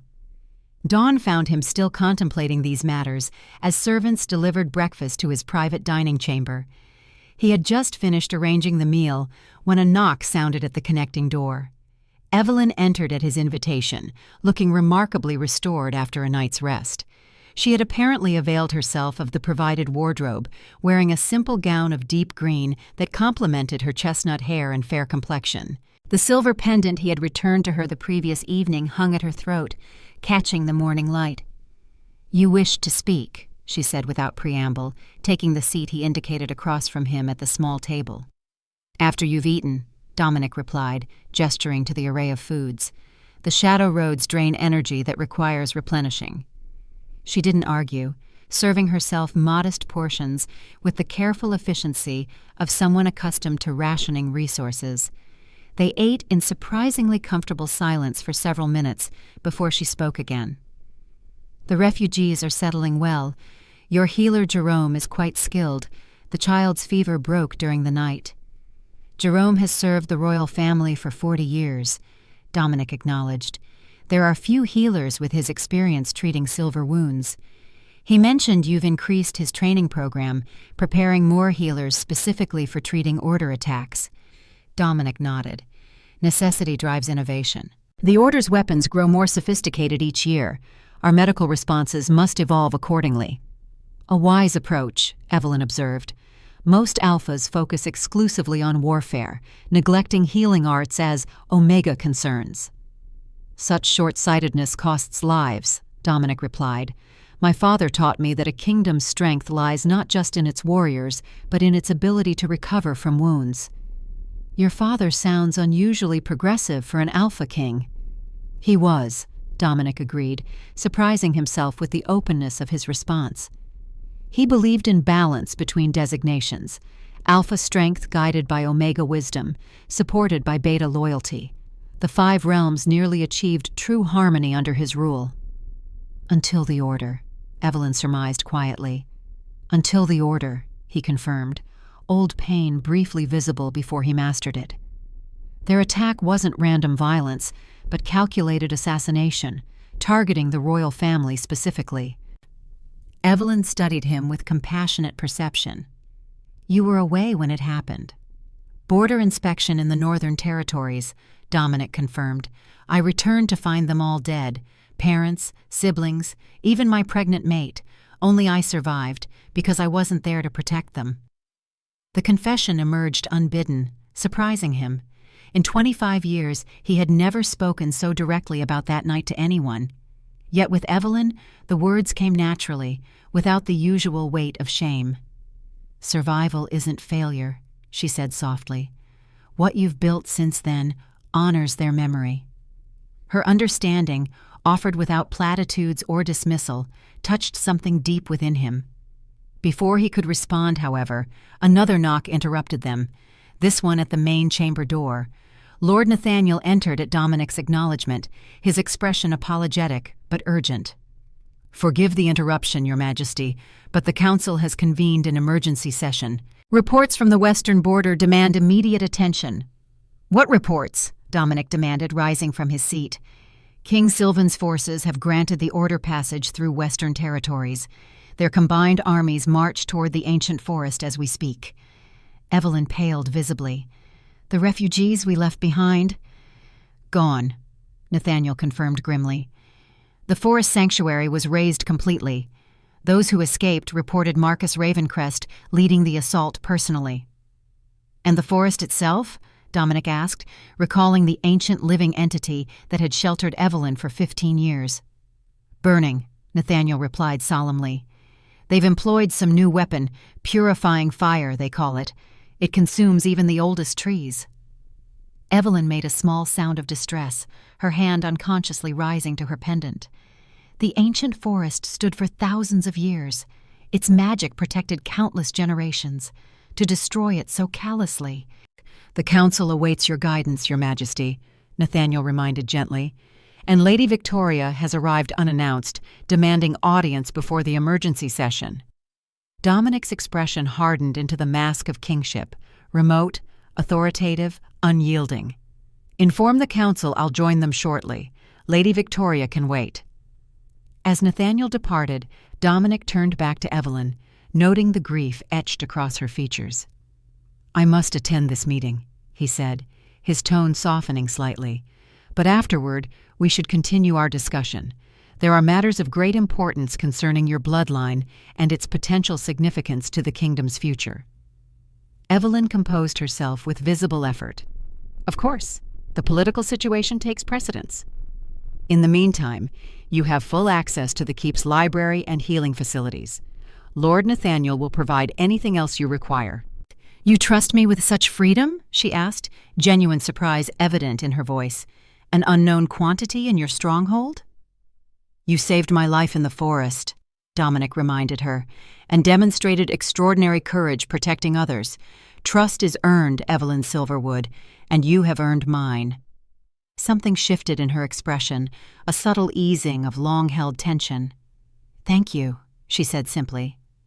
Dominic left her to prepare for the council meeting, though his thoughts remained divided. The crisis demanded his full attention, yet part of his mind lingered on their interrupted conversation and the connection forming between them. Unexpected, but increasingly undeniable. The council chamber occupied the highest tower of the Shadow Keep, its circular design affording commanding views of the surrounding territories. Massive windows of enchanted glass permitted sunlight without allowing harmful silver-infused rays to penetrate, a recent innovation developed by the kingdom's scholars. 12 high-backed chairs surrounded a round table representing the major territories within the Shadow Kingdom. 10 were occupied when Dominic entered, the assembled nobles rising in respect as he took his place at the head. "Be seated," he commanded, surveying the gathered councillors. "Report on the western situation." Lord Thorne, commander of the border forces, stood immediately. "The Western Alliance has betrayed our mutual defense pact, Your Majesty. King Sylvan signed a non-aggression treaty with the Order 3 days ago, granting them free passage through his territories." "His justification?" Dominic inquired, though he suspected the answer. "Protection for his people," Lady Morgan, the kingdom's chief diplomat, supplied.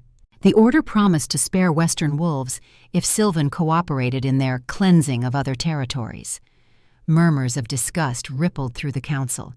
Even in the fractious politics of the 5 realms, such naked self-preservation at others' expense violated fundamental wolf principles. "Sylvan always was a coward," Lord Darius growled, his scarred face twisted with contempt. "But this exceeds even my low expectations. With Western territories open to them, the Order can move troops and supplies without impediment," Lord Thorne continued gravely. "Our scouts report massive mobilization, at least 1,000 hunters, supported by wolf-kind traitors and human mercenaries." "Their target?" Dominic asked, though again he anticipated the response. "The summit," Lady Morgan confirmed. "Our intelligence suggests they plan to eliminate all royal bloodlines simultaneously, ending organized resistance once and for all." The implications hung heavy in the air. The summit would bring together every major alpha bloodline in the 5 realms, an unprecedented gathering of wolf leadership in one location. "We should cancel the summit," Lord Darius proposed immediately. "Deny them their target." "And demonstrate weakness when strength is essential," Lord Nathaniel countered, entering the chamber and taking his place at the table. "Forgive my tardiness, Your Majesty. I was confirming certain intelligence matters." "Proceeding with the summit under these conditions would be reckless," Lady Morgan argued. "We cannot guarantee the safety of visiting dignitaries." "Which is precisely what the Order wants," Nathaniel observed. "For us to isolate ourselves, breaking the already fragile alliances between realms. Divide and conquer, the oldest strategy in warfare. Dominic listened to the debate, weighing options with the calculated precision that had kept his kingdom intact through decades of external threats. When he finally spoke, the chamber fell instantly silent. "The summit proceeds as planned," he declared, "but with enhanced security protocols and contingency measures. Lady Morgan, draft communications to all attending realms, warning of potential threats but emphasizing our commitment to unified response." She nodded, making notes on a small parchment. "Lord Thorne, double the border patrols along Western territories. We won't initiate hostilities with Sylvan's forces, but neither will we permit order incursions without response." "Yes, Your Majesty," the commander acknowledged. "Lord Nathaniel, implement full security protocols for the keep itself. Every visitor, servant, and guard must be verified, no exceptions." As Dominic continued issuing directives, the doors to the council chamber suddenly burst open. Lady Victoria Moonfire swept in, her striking beauty matched by the arrogance of her bearing. As daughter of the Northern Alpha and a powerful alpha in her own right, she carried herself with the confidence of someone accustomed to deference. "Your Majesty," she purred, ignoring protocol by approaching Dominic directly rather than waiting for acknowledgement. "Forgive my interruption, but matters of grave importance couldn't wait for formal audience." The council members exchanged glances at this breach of etiquette, but none dared reprimand the Northern Princess directly.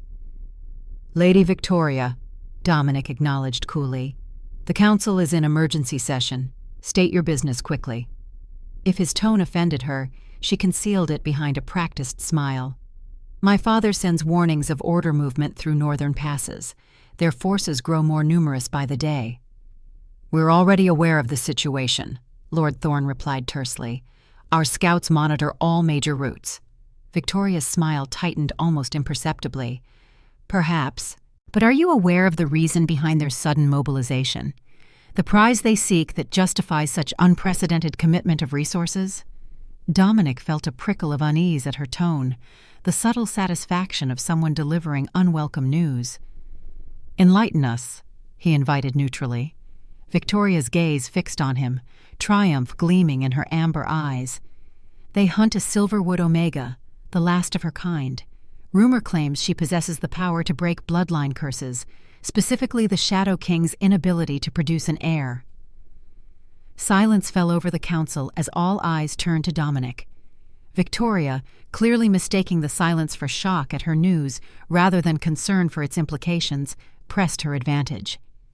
"Even more interesting, this Omega reportedly arrived at the Shadowkeep yesterday under your personal protection, a rather significant development to withhold from your council, and from those with prior claim to your consideration."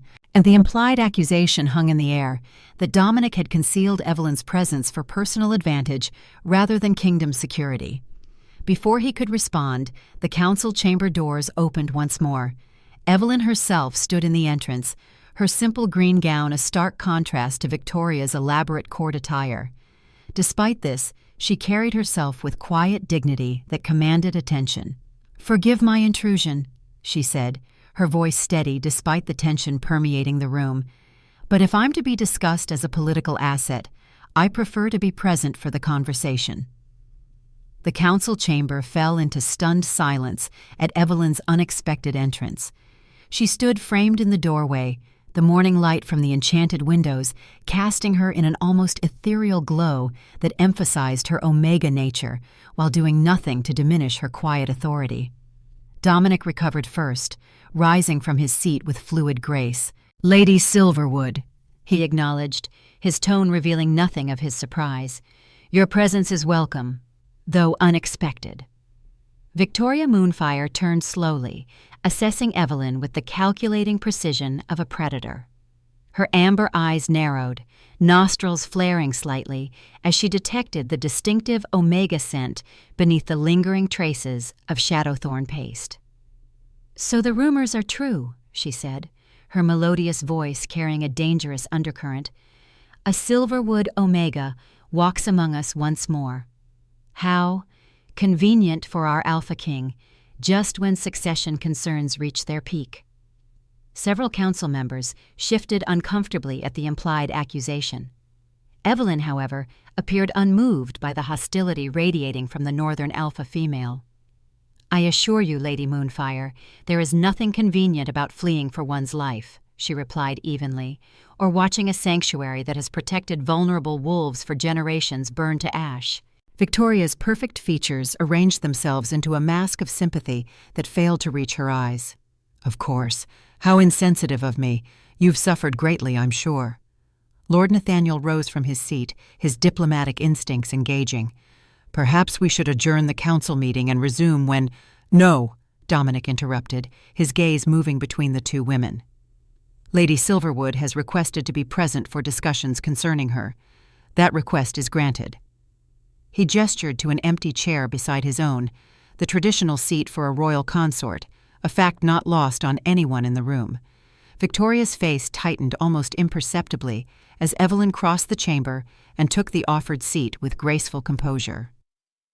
"The Silverwood bloodline's reemergence is indeed significant," Dominic continued, addressing the council collectively, "but not for the reasons Lady Victoria suggests. The ancient texts speak of Silverwood healing abilities as essential countermeasures against Order weapons, particularly relevant given recent developments." Lord Thorne leaned forward, interest kindling in his warrior's eyes. "You believe the Silverwood methods could neutralize the new silver compounds?" Before Dominic could respond, Evelyn spoke, her voice quiet but carrying clearly through the chamber. "Silverwood healers historically specialized in treating magical ailments, particularly those involving silver poisoning. My mother passed certain techniques to me before her death, and I've expanded upon them through my own research." "Research conducted while hiding in the forest for 15 years, Victoria interjected smoothly. "How fortunate that your studies aligned so perfectly with our current needs." "Necessity drives innovation," Evelyn replied, deliberately echoing Dominic's earlier words. "The Order's methods grow more sophisticated. Our responses must evolve accordingly." Dominic felt an unexpected surge of pride at her poise under pressure. Many Omegas would have wilted beneath Victoria's thinly veiled aggression, yet Evelyn met it with calm dignity. "Lady Silverwood has already demonstrated her healing expertise," Lord Nathaniel noted. "The refugees who arrived with her yesterday included several with advanced silver poisoning. All show remarkable improvement under her care." "Which brings us to another matter," Lady Morgan said, her diplomat's instincts sensing an opportunity to redirect the conversation. "These refugees report that Marcus Ravencrest leads the Order forces personally. His knowledge of wolf physiology makes him particularly dangerous." "Marcus Ravencrest," Victoria repeated, her gaze shifting calculatingly to Evelyn. "Wasn't he once mated to a Silverwood Omega, one who was cast out for barrenness?" The deliberate cruelty of the question silenced the chamber. Even hardened council members appeared uncomfortable at such a direct attack on an Omega guest. Dominic felt a growl build in his chest, alpha protectiveness surging to the surface. Before he could speak, however, Evelyn answered with remarkable composure. "Yes, Lady Moonfire. Marcus Ravencrest was my mate for 2 years, until he determined I had no value beyond potential breeding. After casting me out, he joined the Illuminated Order, where his obsession with controlling wolf physiology found eager support." She turned to address the council directly. "His personal vendetta against me is secondary to his larger goal, the complete eradication of wolfkind as we know it. The Order doesn't seek merely to kill us, but to fundamentally transform us, severing our connection to our wolf nature permanently." The blunt assessment sent a ripple of disquiet through the assembled nobles. "You speak with unusual certainty about Order objectives," Victoria observed, seizing the opening. "One might wonder how you acquired such intimate knowledge of their plans." The implication hung in the air, that Evelyn's information came from continued contact with Marcus, perhaps even collusion. "I speak with certainty because I was present when Marcus first proposed his final solution," Evelyn replied steadily. "Before our mating dissolved, I assisted his early research, believing he sought to heal silver poisoning. Instead, he sought to weaponize it." She turned to Dominic, her gray eyes meeting his directly. "The Order's new weapon, the purifying fire burning the ancient forest, incorporates silver compounds with something else, something that neutralizes natural magic. That's why the forest couldn't defend itself despite centuries of accumulated power. Lord Thorne frowned deeply. If they can neutralize ancient magic, what hope do our defenses have? The Shadow Keep's protection spells date back generations. Which is precisely why this information is so valuable, Dominic stated firmly. Lady Silverwood's knowledge of order methods provides us strategic advantage we cannot afford to dismiss. Victoria's perfect smile remained fixed in place, though her eyes had hardened to amber stones. No one suggests dismissing valuable intelligence, Your Majesty, merely questioning its exclusivity. Surely such critical information should be shared with all 5 realms, particularly potential allies. The subtle emphasis on potential allies reminded everyone present of Victoria's status as daughter of the Northern Alpha, and the long-standing expectation that she would eventually mate with Dominic to cement an alliance between their territories. All relevant intelligence will be shared at the summit, Dominic responded neutrally. Until then, kingdom security remains my primary concern. He turned to Lord Thorne, effectively dismissing Victoria's implied complaint. Implement the enhanced security protocols immediately. I want verification procedures for every individual within the keep walls, regardless of rank or previous clearance. Even council members? Lady Morgan asked, surprise evident in her tone. Everyone, Dominic confirmed. The Order has demonstrated an uncanny ability to infiltrate secure locations. We will take no chances with the summit approaching. Speaking of security, Victoria interjected smoothly, refusing to be sidelined. What arrangements have been made for Lady Silverwood's protection? An unclaimed omega of her significance would be a priority target for Order operatives. The question, though seemingly concerned, carried calculated implications. An unclaimed omega required formal protection in wolf society, typically provided by a blood relative or a potential mate. Without such protection, Evelyn would be vulnerable not only to Order threats, but to claiming attempts from ambitious alphas. Lady Silverwood remains under my personal protection, Dominic stated definitively, his tone carrying unmistakable alpha authority. Victoria's eyebrows rose fractionally. Personal protection can be interpreted many ways, Your Majesty. For clarity's sake, perhaps you should specify the nature of that arrangement before the summit brings additional alphas into our midst. The challenge was clear. Without a formal claiming or protected status designation, Evelyn would be considered available to any alpha who wished to challenge for her.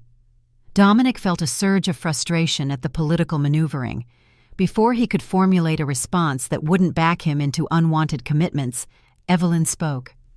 My status is not your concern, Lady Moonfire, she said calmly. I have survived 15 years unclaimed despite Order hunters and territorial disputes. I require no alpha's mark to ensure my continued existence. A murmur of astonishment swept the council. For an omega to reject alpha protection so openly defied centuries of tradition. Victoria's composure slipped momentarily, genuine shock replacing calculated manipulation. You cannot seriously intend to attend the summit unclaimed, she managed finally. The political implications alone are mine to navigate, Evelyn interrupted with quiet firmness. My bloodline may be significant, but I am not a prize to be awarded or a tool to be wielded. I will assist the Shadow Kingdom because our goals align, survival against a common enemy, not because an alpha commands it. Dominic found himself studying her with new appreciation. In a society where omegas were traditionally defined by their relationships to alphas, her declaration of independence represented extraordinary courage. Well said, Lady Silverwood, Lord Nathaniel commented, breaking the stunned silence that followed her statement. Now, if we might return to matters of kingdom security, the council meeting continued with discussions of border patrols, refugee management, and summit preparations. Throughout it all, Dominic remained acutely aware of the 2 women flanking him, Victoria with her barely contained fury, and Evelyn with her quiet strength. When the meeting finally adjourned 2 hours later, Victoria departed immediately, her rigid posture broadcasting anger despite her controlled expression. The council members filtered out more gradually, several offering respectful acknowledgments to Evelyn before leaving. Eventually, Only Dominic, Evelyn, and Lord Nathaniel remained in the chamber. "That was eventful," Nathaniel observed dryly once the doors closed behind the last council member. "Lady Victoria seems determined to establish territorial rights," Evelyn remarked, a hint of wry humor finally breaking through her composed facade. "Victoria Moonfire has expected to become Queen of the Shadow Realm since childhood," Nathaniel explained. "Your arrival represents an unexpected complication to long-standing plans." "I have no interest in royal titles or political marriages," Evelyn assured him. "Once the Order threat is addressed, I intend to rebuild elsewhere, perhaps beyond the 5 realms entirely." The statement shouldn't have affected Dominic so strongly, yet he felt an inexplicable resistance to the idea of her departure. Before he could examine this reaction, Nathaniel spoke again. "A matter requiring immediate attention has arisen, Your Majesty. The library archives." Dominic frowned. "What about them?" "During this morning's security verification, the head archivist discovered signs of tampering. Several ancient texts regarding bloodline magic appear to have been accessed recently, yet no authorized personnel reported consulting them." "Infiltration?" Dominic asked sharply. "Possibly, or internal betrayal." Nathaniel's expression remained carefully neutral. The texts in question specifically concerned Blackthorn Silverwood histories and reproductive compatibilities.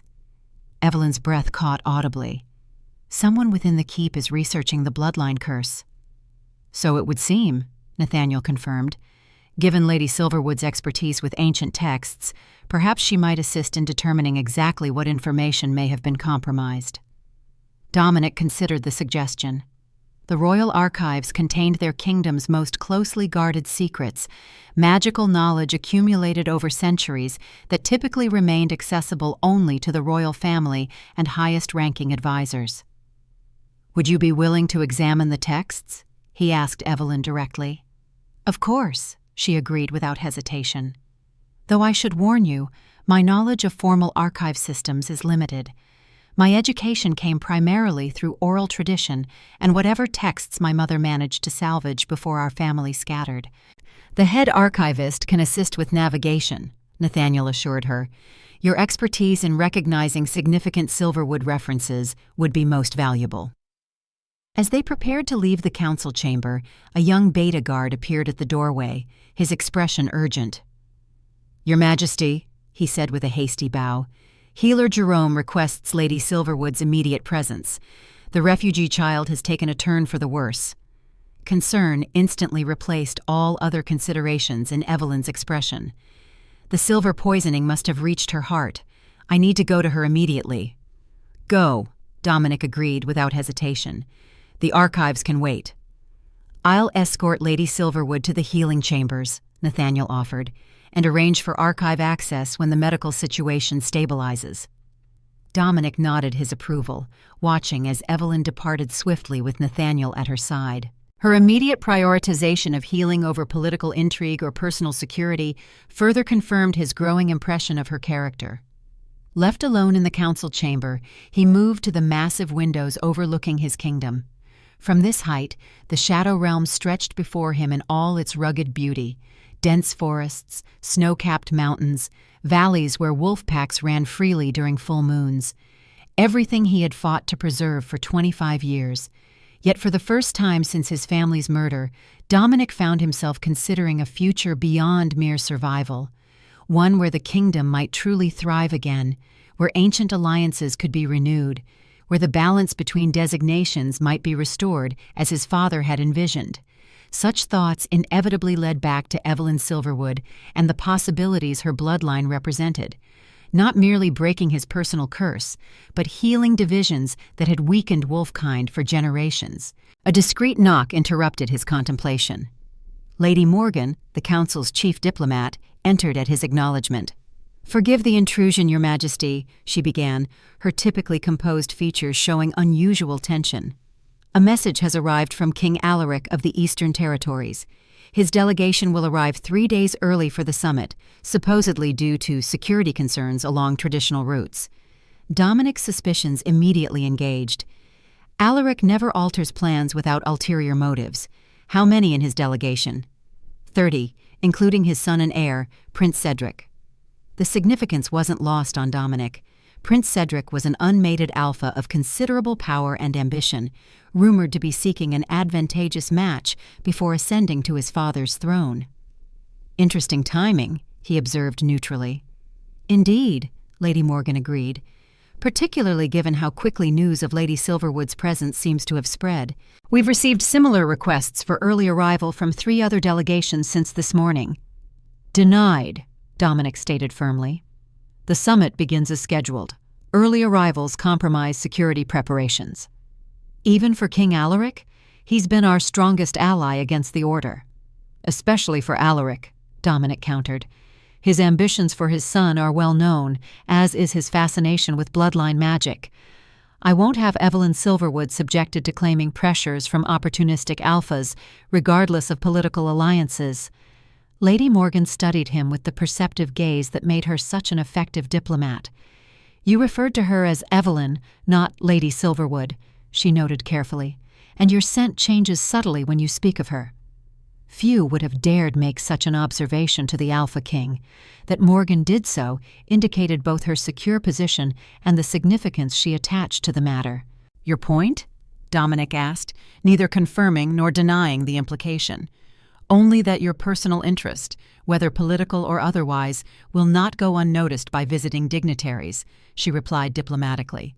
"Without clarification of her status, Lady Silverwood becomes a focal point for summit politics, precisely the distraction we cannot afford with the Order threat looming."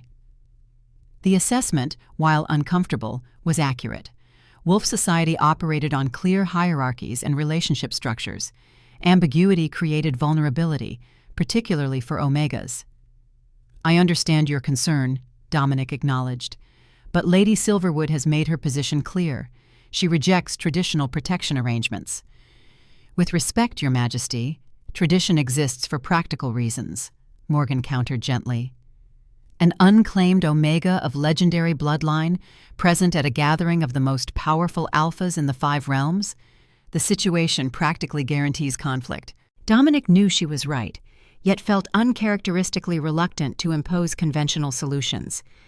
Evelyn's independence, her determination to chart her own course despite overwhelming pressure to conform, resonated with something fundamental in his nature.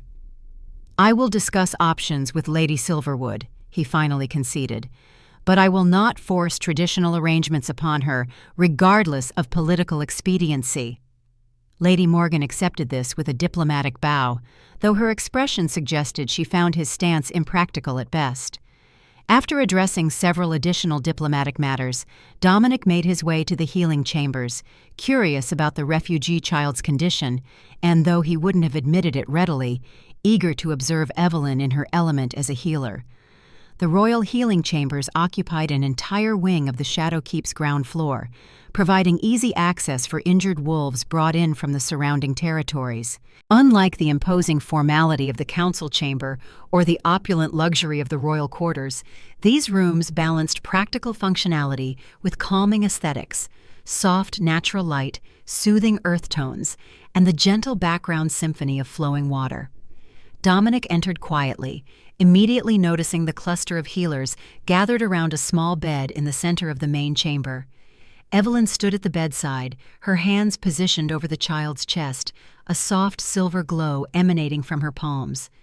Healer Jerome watched with undisguised fascination as the light pulsed rhythmically, synchronizing with the child's labored breathing.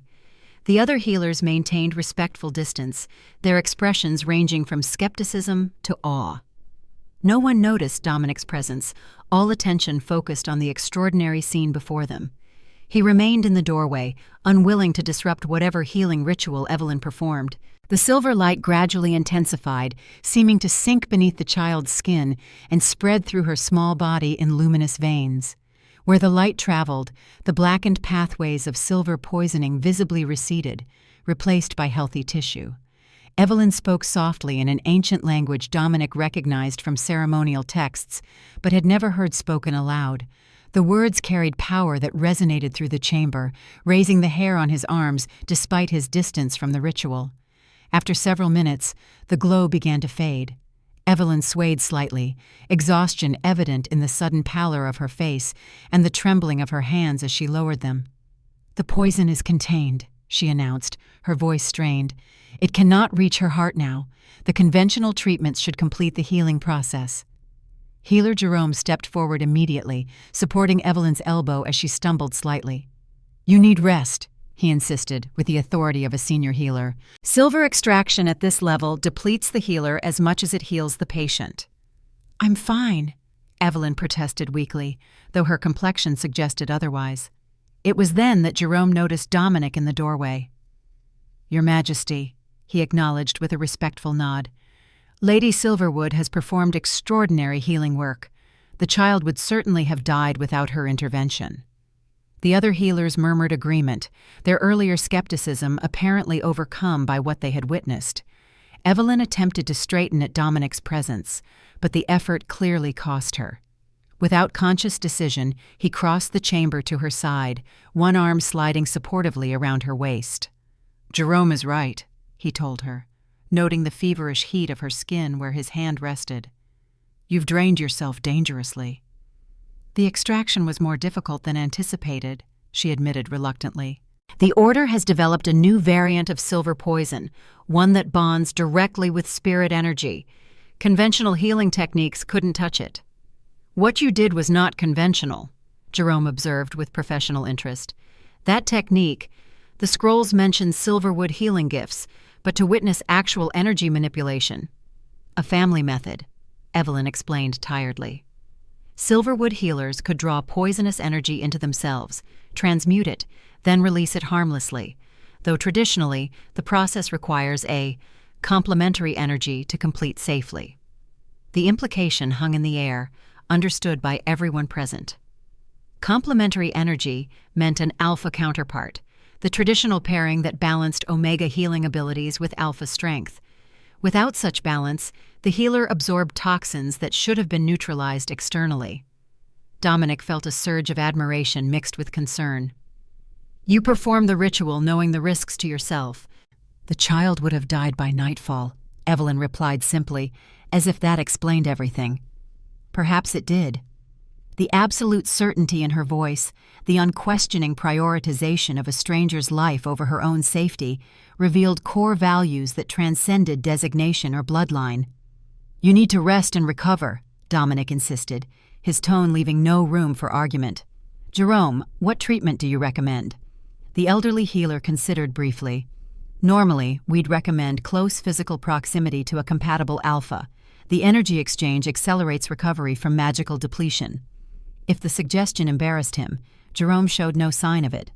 In Wolf medical tradition, such energy exchanges were viewed pragmatically rather than romantically, necessary healing processes rather than intimate encounters. "I'll manage with conventional rest," Evelyn stated firmly, though her continued trembling belied her confidence. "At minimum, you require monitored recovery," Jerome countered with professional authority. "The toxins you've absorbed must be properly processed, or you risk permanent damage to your own healing abilities." Dominic made an executive decision. "You'll rest in my private healing chamber," he declared. It contains specialized equipment for treating magical exhaustion, installed after a similar incident with the Royal Mages last winter. When Evelyn began to protest, he added more gently, "The chamber has separate sleeping quarters and constant monitoring by healing staff. Your privacy and autonomy will be respected." The compromise seemed to satisfy her immediate concerns, though Dominic sensed her continued reluctance as they made their way to the royal healing suite. Her independent nature clearly rebelled against displaying weakness or requiring assistance, regardless of circumstances. The private healing chamber lived up to Dominic's description, spacious, well-appointed, with state-of-the-art equipment for treating magical ailments. A central treatment area adjoined two separate recovery rooms, providing both functionality and privacy. As healing assistants prepared various treatments under Jerome's direction, Lord Nathaniel appeared at the chamber entrance, his expression grave. "Your Majesty, a moment of your time," he requested formally. Dominic joined him in the corridor, instantly alert to his advisor's tension. "What's happened?" The archive investigation revealed more extensive tampering than initially suspected, Nathaniel reported in hushed tones. Specific sections regarding Silverwood blackthorn reproduction have been not merely accessed, but partially destroyed. Destroyed? Dominic repeated, alarm rising. When? Within the last 24 hours, according to the preservation spells, after Lady Silverwood's arrival, but before this morning's council meeting.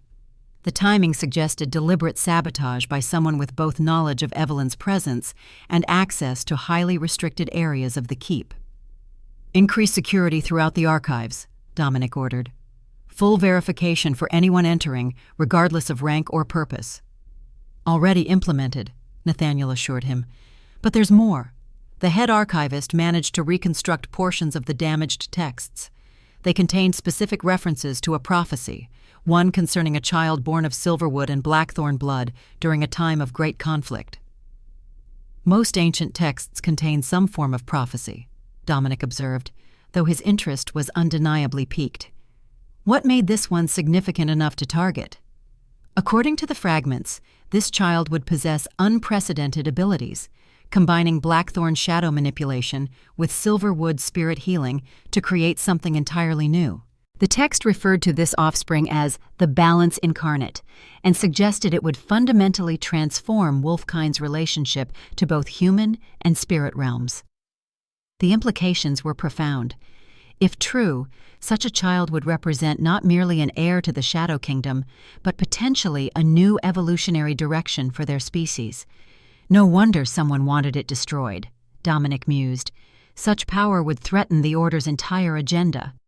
And explain their particular interest in capturing Lady Silverwood alive, Nathaniel added grimly. With the last Silverwood Omega in their possession, they could ensure such a child never comes into existence. Dawn broke over the Shadow Keep 3 days later, painting the obsidian towers with golden light that belied the darkness gathering beyond their borders. From his private balcony, Dominic surveyed the activity below as final preparations for the summit neared completion. Additional guards patrolled the outer walls, their silver-resistant armor gleaming in the early sunlight. Merchants and dignitaries from across the 5 realms streamed through heavily fortified gates, each subjected to rigorous security measures before gaining entry. Despite the apparent order, Dominic's senses detected the underlying current of tension. Reports from border scouts confirmed his worst fears. Order forces had established positions throughout Western territories, their numbers growing daily as the summit approached. King Sylvan's betrayal had opened a path directly to the Shadow Kingdom's most vulnerable flank. Quite the spectacle, Evelyn observed quietly, joining him at the balcony railing. A show of strength and prosperity while war looms on the horizon. 3 days of rest had restored her completely, erasing the exhaustion that had followed her healing of the refugee child. She wore a simple gown of midnight blue, her silver pendant catching the morning light. Her chestnut hair had been arranged in the traditional style of high-ranking omegas, intricate braids interwoven with silver threads that emphasized her status without ostentation. The summit has always been part substance, part theater, Dominic acknowledged. Even more so this year, with so many threats converging. And so many ambitious alphas, she added perceptively. 4 delegations have arrived early despite your restrictions, all led by unmated alphas, according to the household staff. Dominic's expression darkened. Prince Cedric of the Eastern Territories arrived at midnight, claiming urgent intelligence regarding Order movements. King Alaric's son has always possessed convenient timing. He's not alone in his interest, Evelyn noted without inflection. Lady Victoria has visited the healing chambers twice, ostensibly to check on the refugee child, but actually to assess my condition. Her questions to the healing staff were quite thorough, and the observation carried no complaint, merely clinical awareness of political maneuvering. In the 3 days since the council meeting, Evelyn had integrated herself into the keep's daily operations with remarkable efficiency, dividing her time between treating the refugees, researching order poisons, and assisting with the damaged archive texts. The summit begins officially at sunset, Dominic said, changing the subject. The 5 realms will gather in the Great Hall for the opening ceremonies, followed by a formal feast.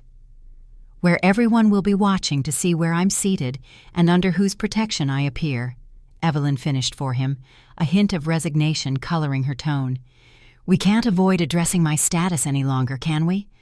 "No," he admitted. "Lady Morgan has received 7 formal inquiries regarding your availability for potential mating arrangements. Without clarification, the summit risks devolving into dominance displays rather than focusing on the order threat." Evelyn sighed, turning to face him fully. "What do you suggest? I meant what I said in the council meeting. I won't be claimed as a political asset or breeding prize, regardless of my bloodline's significance." "I would never ask that of you," Dominic assured her, surprising himself with the vehemence of his response. "But we must acknowledge reality. An unclaimed omega of your lineage, present at a gathering of the most powerful alphas in the 5 realms, creates an inherently unstable situation." "So we require a compromise," she concluded thoughtfully. "Something that satisfies tradition sufficiently to forestall challenges while respecting my autonomy." Dominic nodded, impressed by her pragmatic approach. "The ancient texts mention a tradition that might serve our purposes, a ceremonial alliance rather than a permanent claiming. Temporary in nature, but carrying the full protection of pack law. A formal courtship period," Evelyn surmised, recalling her own historical studies.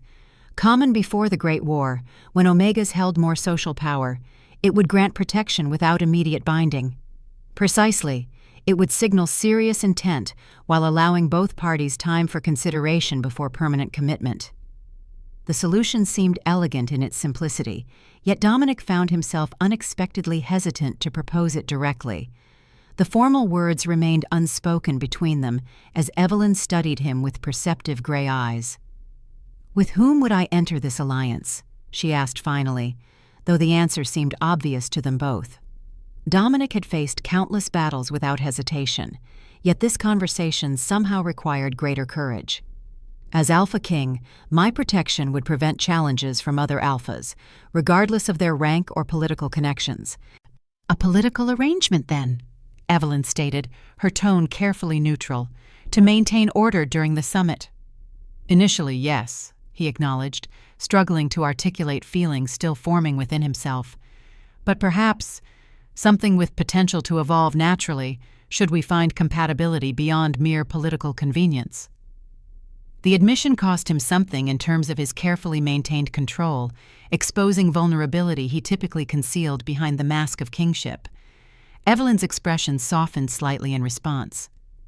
"You've been honorable since we met," she said after a thoughtful pause. "Respecting my choices, even when they contradicted tradition or your own preferences. That counts for much in my assessment." "But," he prompted, sensing her reservation. "But ceremonial alliance with an Alpha King carries significant implications, for me personally and for the kingdom politically. Before committing to such a path, I need to understand your motivations completely." Her direct gaze challenged him to equal honesty. "Is this about breaking the bloodline curse? Producing an heir to secure your legacy?" The question deserved truth, however complicated. "The curse is real," Dominic admitted. "My inability to produce an heir threatens everything I've built. The ancient texts are clear that only a Silverwood Blackthorn union can break it." Pain flickered briefly across her features. "So I would be a solution to a dynastic problem, as I was for Marcus, though for different reasons." "No," Dominic countered immediately, instinctively reaching for her hands. "The curse creates political urgency, yes, but my interest in you transcends bloodline politics or succession concerns." His touch seemed to surprise them both. The Alpha King rarely initiated physical contact outside combat or formal ceremonies, yet his hands enveloped hers naturally, the connection sending an almost electrical current between them. "Something has been forming between us since that first meeting in the forest," he continued, finding unexpected relief in finally voicing what had remained unspoken. "A recognition that goes beyond designation or circumstance. I felt it when you treated my wounds, when we fought side by side, when we traversed the shadow roads together." Evelyn didn't withdraw from his touch, though uncertainty shadowed her expression. "I've felt it too," she admitted quietly. "A connection unlike anything in my experience, even during my previous mating.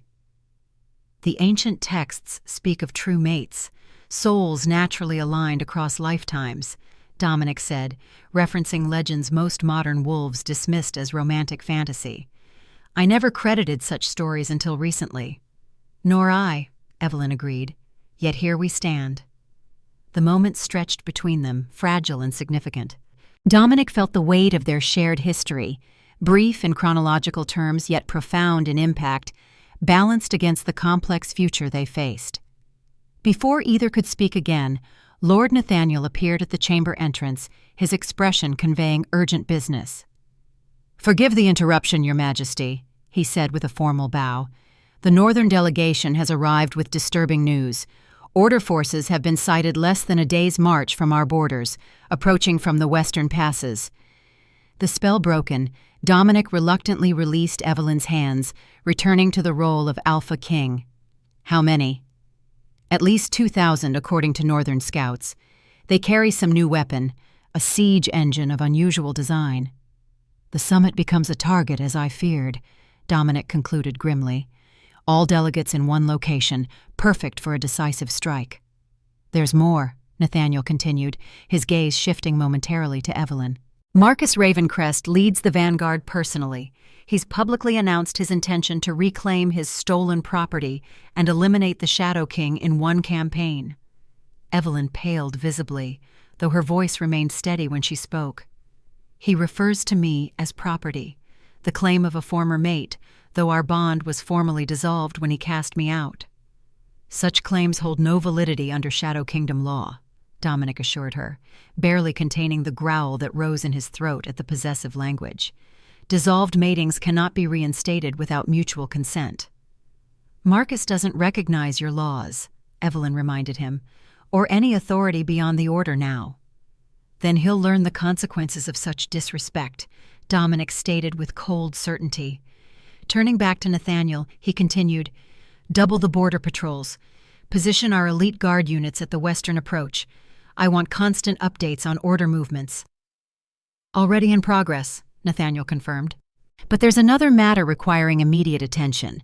The damaged archive texts have been partially restored, revealing information about the Blackthorn Silverwood prophecy that appears immediately relevant." The careful phrasing caught Dominic's attention. "Relevant how?" Nathaniel hesitated, glancing again at Evelyn. "Perhaps this discussion should occur privately, Your Majesty." "Lady Silverwood remains for any discussion concerning the bloodlines," Dominic countered firmly. "Her expertise has proven invaluable to the archive restoration." With a slight bow of acknowledgement, Nathaniel continued, "As you wish. The reconstructed text includes a time marker for when the prophesied child might be conceived, a celestial alignment occurring once every century, during which the spiritual and physical realms draw closest together." "What's the significance?" Dominic asked, though something in his advisor's tone suggested he already knew the answer. "That alignment begins tonight, Your Majesty, with the commencement of the summit. The manuscript describes it as 3 nights when the veil between worlds thins, allowing what was sundered to rejoin." The implications hung heavy in the air between them. Evelyn broke the uncomfortable silence first. "So the order's timing isn't coincidental," she observed quietly. "They've calculated the alignment and intend to prevent the prophecy's fulfillment by eliminating either or both of us during this critical window." "It would appear so," Nathaniel agreed grimly. "That explains Marcus's personal involvement," she continued thoughtfully. "He always believed the Silverwood bloodline contained some power he could harness. Finding me was never about mere revenge, but about preventing a rival power from emerging." Dominic absorbed this information with the tactical assessment of a war leader. The prophecy provides both motive and timing for their attack, knowledge that gives us advantage if used correctly. "How so?" Evelyn asked. "They expect us to be focused internally during the summit, on politics and ceremonies rather than external threats. Their strategy likely depends on surprise and our divided attention." But now we know they're coming, Nathaniel concluded, following his king's reasoning. And when? Precisely. Dominic's expression hardened with determination. We'll use the summit as both shield and bait, maintaining the appearance of normal diplomatic functions while preparing for their assault. The strategy took shape in his mind with crystalline clarity: positions, contingencies, counterattacks. Years of military command had honed his tactical thinking to razor sharpness. What of the delegates? Nathaniel inquired practically. Should they be informed of the threat? Selectively, Dominic decided after brief consideration. The Northern and Eastern Alphas have proven their loyalty in previous conflicts. Bring them into our confidence immediately. The others will assess individually as they arrive. As Nathaniel departed to implement these instructions, Dominic turned back to Evelyn, noting the troubled expression that had settled on her features. You disagree with the strategy? He asked directly. Not the military aspects, she clarified. Those seem sound based on my limited knowledge of warfare, but there's another element we're avoiding discussing. The prophecy itself, he acknowledged, understanding her concern. Yes, the timing creates expectations, pressure. She met his gaze directly.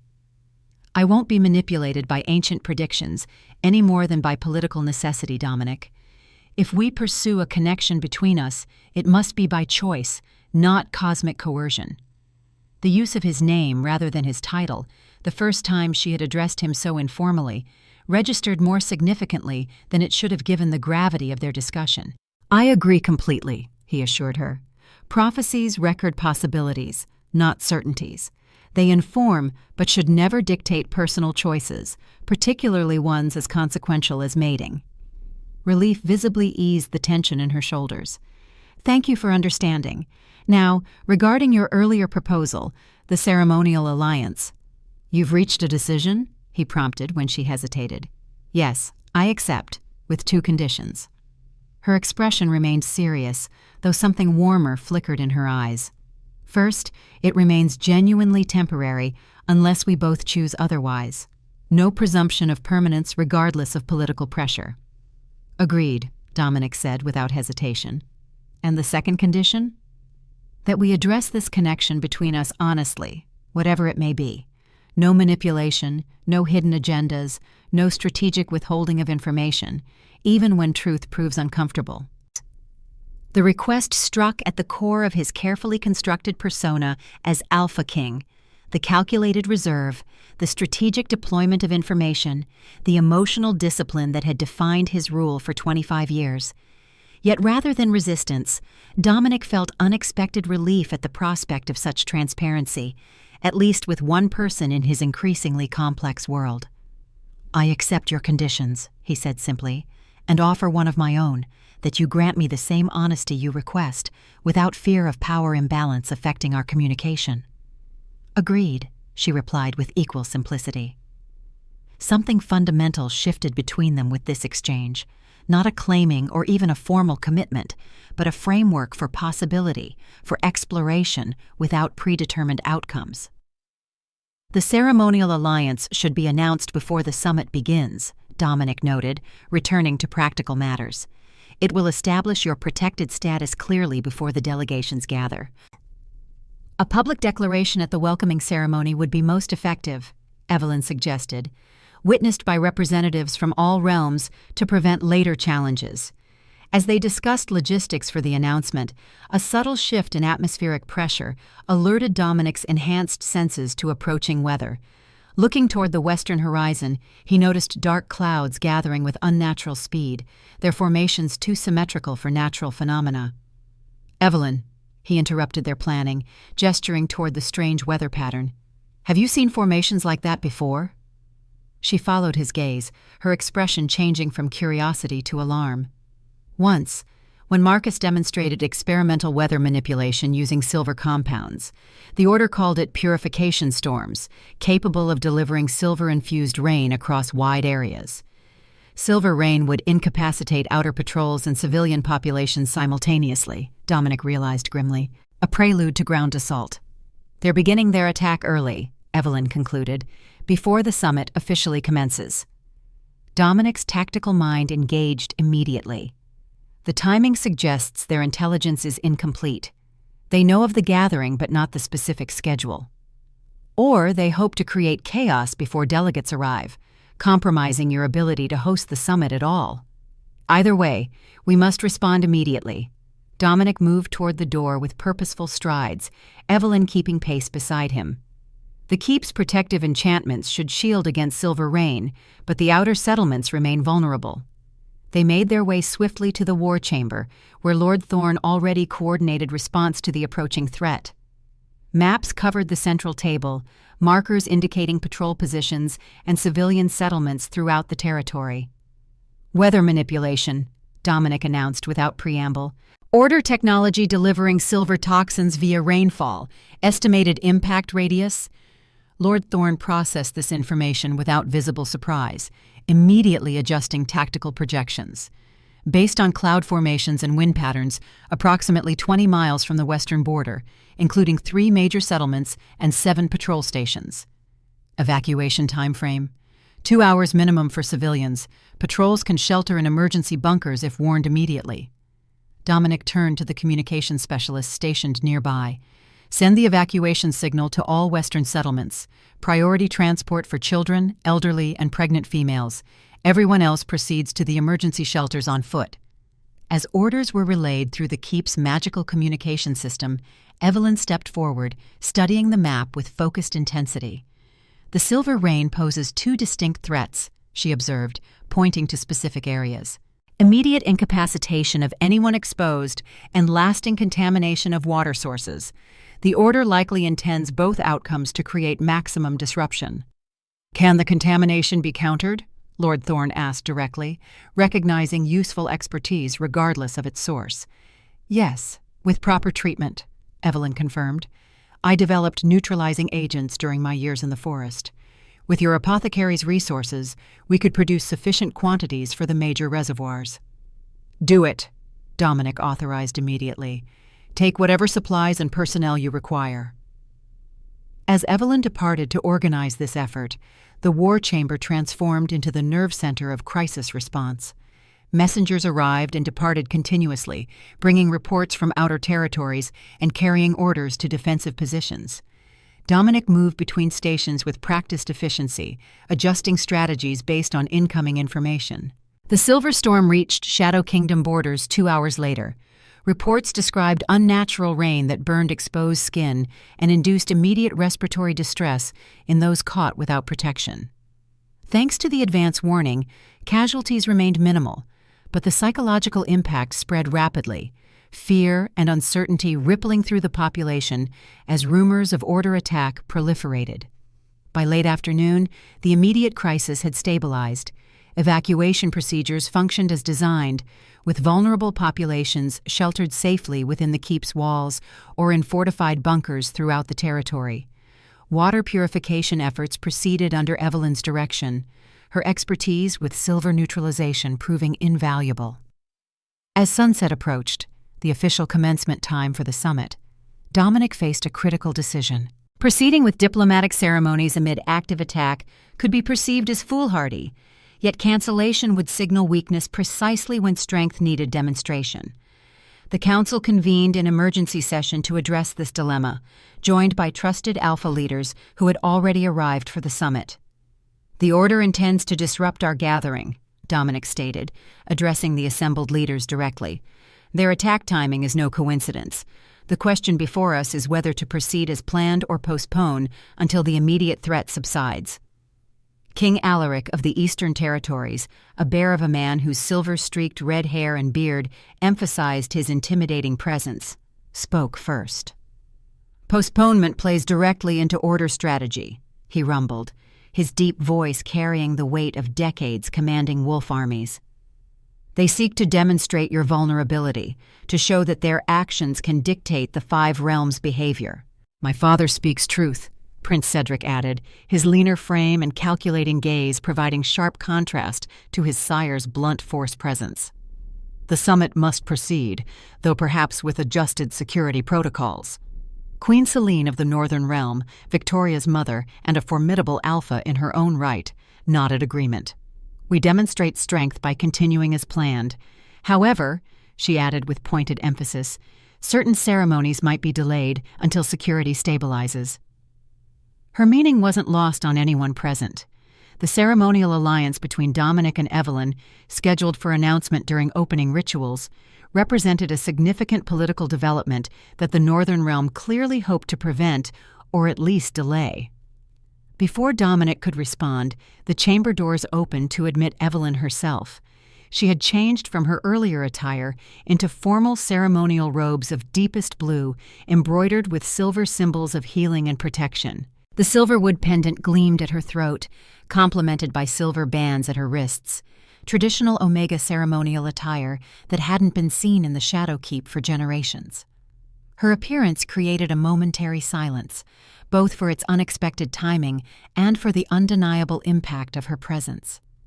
Even among this gathering of the most powerful wolves in the 5 realms, Evelyn commanded attention not through dominance, but through a quiet authority that transcended traditional designation hierarchies. "Forgive my interruption," she said, her voice carrying clearly despite its measured tone. "But information critical to our current situation has emerged during the water purification efforts." "Proceed," Dominic invited, noting with interest the various reactions her appearance elicited, from King Alaric's barely concealed surprise to Prince Cedric's predatory assessment to Queen Celine's thinly veiled disapproval. "The silver compound in the rainfall contains a second component, a tracking agent keyed to specific bloodlines," Evelyn explained, moving to the central map. "Anyone with Blackthorn or Silverwood heritage who comes into contact with the contaminated water becomes unknowingly trackable by Order technology." "How certain is this analysis?" Lord Thorne demanded, immediately grasping the tactical implications. "Absolute," Evelyn replied without hesitation. "I've isolated the compound and confirmed its properties. It's an adaptation of ancient blood-tracking magic, modernized through Order experimentation." "The implications are significant," Dominic observed, mind racing through scenarios. The Order could potentially track royal bloodlines throughout the 5 realms, targeting eliminations with unprecedented precision, which suggests their ultimate goal extends beyond disrupting the summit, King Alaric concluded grimly. "They seek extinction of the ruling bloodlines entirely." Prince Cedric leaned forward, his calculated gaze fixing on Evelyn. "How did you identify this component so quickly, Lady Silverwood? Such analysis typically requires extensive testing." The question carried veiled accusation, suggesting either extraordinary capabilities beyond normal Omega gifts or prior knowledge that raised questions about her loyalties. "I encountered similar compounds during my years treating Order victims," Evelyn explained calmly. "Marcus Ravencrest's early experiments focused extensively on bloodline tracking. I developed countermeasures as a survival necessity." "Countermeasures?" Queen Celine inquired, professional interest momentarily overriding political calculation. "You can neutralize this tracking component?" "Yes, though the process is complex and resource-intensive," Evelyn confirmed. "I've already begun production of a neutralizing agent for water supplies. Personal decontamination requires a more specialized approach." Dominic recognized the strategic advantage immediately. "How quickly can you produce sufficient quantities for the summit attendees? Protecting the gathered bloodlines becomes our highest priority." "With adequate assistance from your apothecaries, perhaps 6 hours," Evelyn estimated, prioritizing those with direct Blackthorn connections as they appear most vulnerable to the tracking. The gathered leaders exchanged significant glances, weighing implications. Queen Celine spoke first, her political astuteness evident in her careful phrasing. "Lady Silverwood's expertise clearly represents a critical asset in current circumstances," she acknowledged reluctantly. "Perhaps sufficient to justify expedited alliance arrangements despite traditional waiting periods." The concession represented a major shift in the Northern position, tacit approval for the ceremonial alliance that would place Evelyn firmly under Shadow Kingdom protection. King Alaric nodded his massive head in agreement. "Extraordinary times demand extraordinary measures. The ceremonial alliance should proceed as planned during tonight's opening rituals." Prince Cedric's expression revealed momentary calculation before settling into diplomatic neutrality. "I concur, though I note that ceremonial alliances traditionally remain open to challenge until formalized through permanent mating." The reminder carried clear intent that Cedric considered himself a potential challenger despite the ceremonial protection. Traditional challenge rights apply only when both parties consent to consideration of alternative arrangements, Dominic countered smoothly, centuries of wolf law supporting his position. Lady Silverwood's preferences in this matter will be respected absolutely. This declaration, made before witnesses representing major territories, effectively closed the most obvious political avenue for interference with their arrangement. Evelyn's expression revealed momentary gratitude before returning to professional focus. "With the Council's approval, I'll return to the apothecary to continue neutralizing agent production," she said. "Time remains critical if we hope to protect all summit attendees before the Order's next move." "Go," Dominic authorized. "Lord Nathaniel will ensure you receive whatever resources you require." As Evelyn departed with characteristic efficiency, discussion turned to security arrangements for the evening's ceremonies. Dominic contributed appropriately, while part of his attention remained fixed on larger patterns emerging: the Order's increasingly sophisticated attacks, the prophecy's timing, the gathering of bloodlines that represented both vulnerability and opportunity. The Silver Storm represented only the opening gambit in what promised to be a complex campaign. Marcus Ravencrest had learned strategy from the same masters who had trained Dominic in their youth. He wouldn't rely on a single approach or attack vector, which meant the true threat likely remained unidentified, concealed beneath more obvious dangers. As sunset approached and the Shadow Keep prepared for the summit's commencement, Dominic found himself standing alone in his private chambers, completing the ritual donning of ceremonial regalia that tradition demanded of the Alpha King. Ancient silver armor, lighter yet stronger than modern variants, covered his chest and shoulders, enchanted against the weakening effects typical silver inflicted on wolfkind. The blackthorn crown, a circlet of intertwined silver and obsidian, rested on a velvet cushion, awaiting placement during the opening rituals. A discreet knock preceded Lord Nathaniel's entrance. His advisor's expression carried the gravity of significant news. "The final piece falls into place," Nathaniel announced without preamble. "Our deep operatives within the Order have confirmed Marcus Ravencrest's ultimate objective. He doesn't merely seek to disrupt the summit or even to reclaim Lady Silverwood." "What then?" Dominic prompted, though growing dread suggested he already anticipated the answer.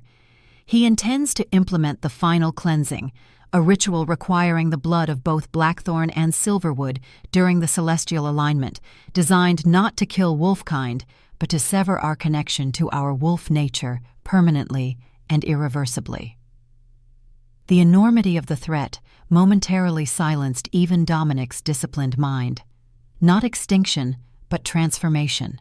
The fundamental alteration of their species' dual nature into something purely human, stripped of ancient connections to both natural and spiritual realms. "How certain is this intelligence?" he finally managed. "Absolute," Nathaniel confirmed grimly. "The ritual preparations have been observed, the necessary components gathered. Marcus requires only two final elements: blood willingly given by a Silverwood Omega and the heart of a Blackthorn Alpha, removed while still beating." The specificity sent ice through Dominic's veins. "He means to take Evelyn alive and me dead." "Yes, and to complete the ritual during tonight's celestial alignment, when the barriers between physical and spiritual realms reach their thinnest point in a century." Dominic absorbed this revelation with the cold calculation that had preserved his kingdom through countless threats.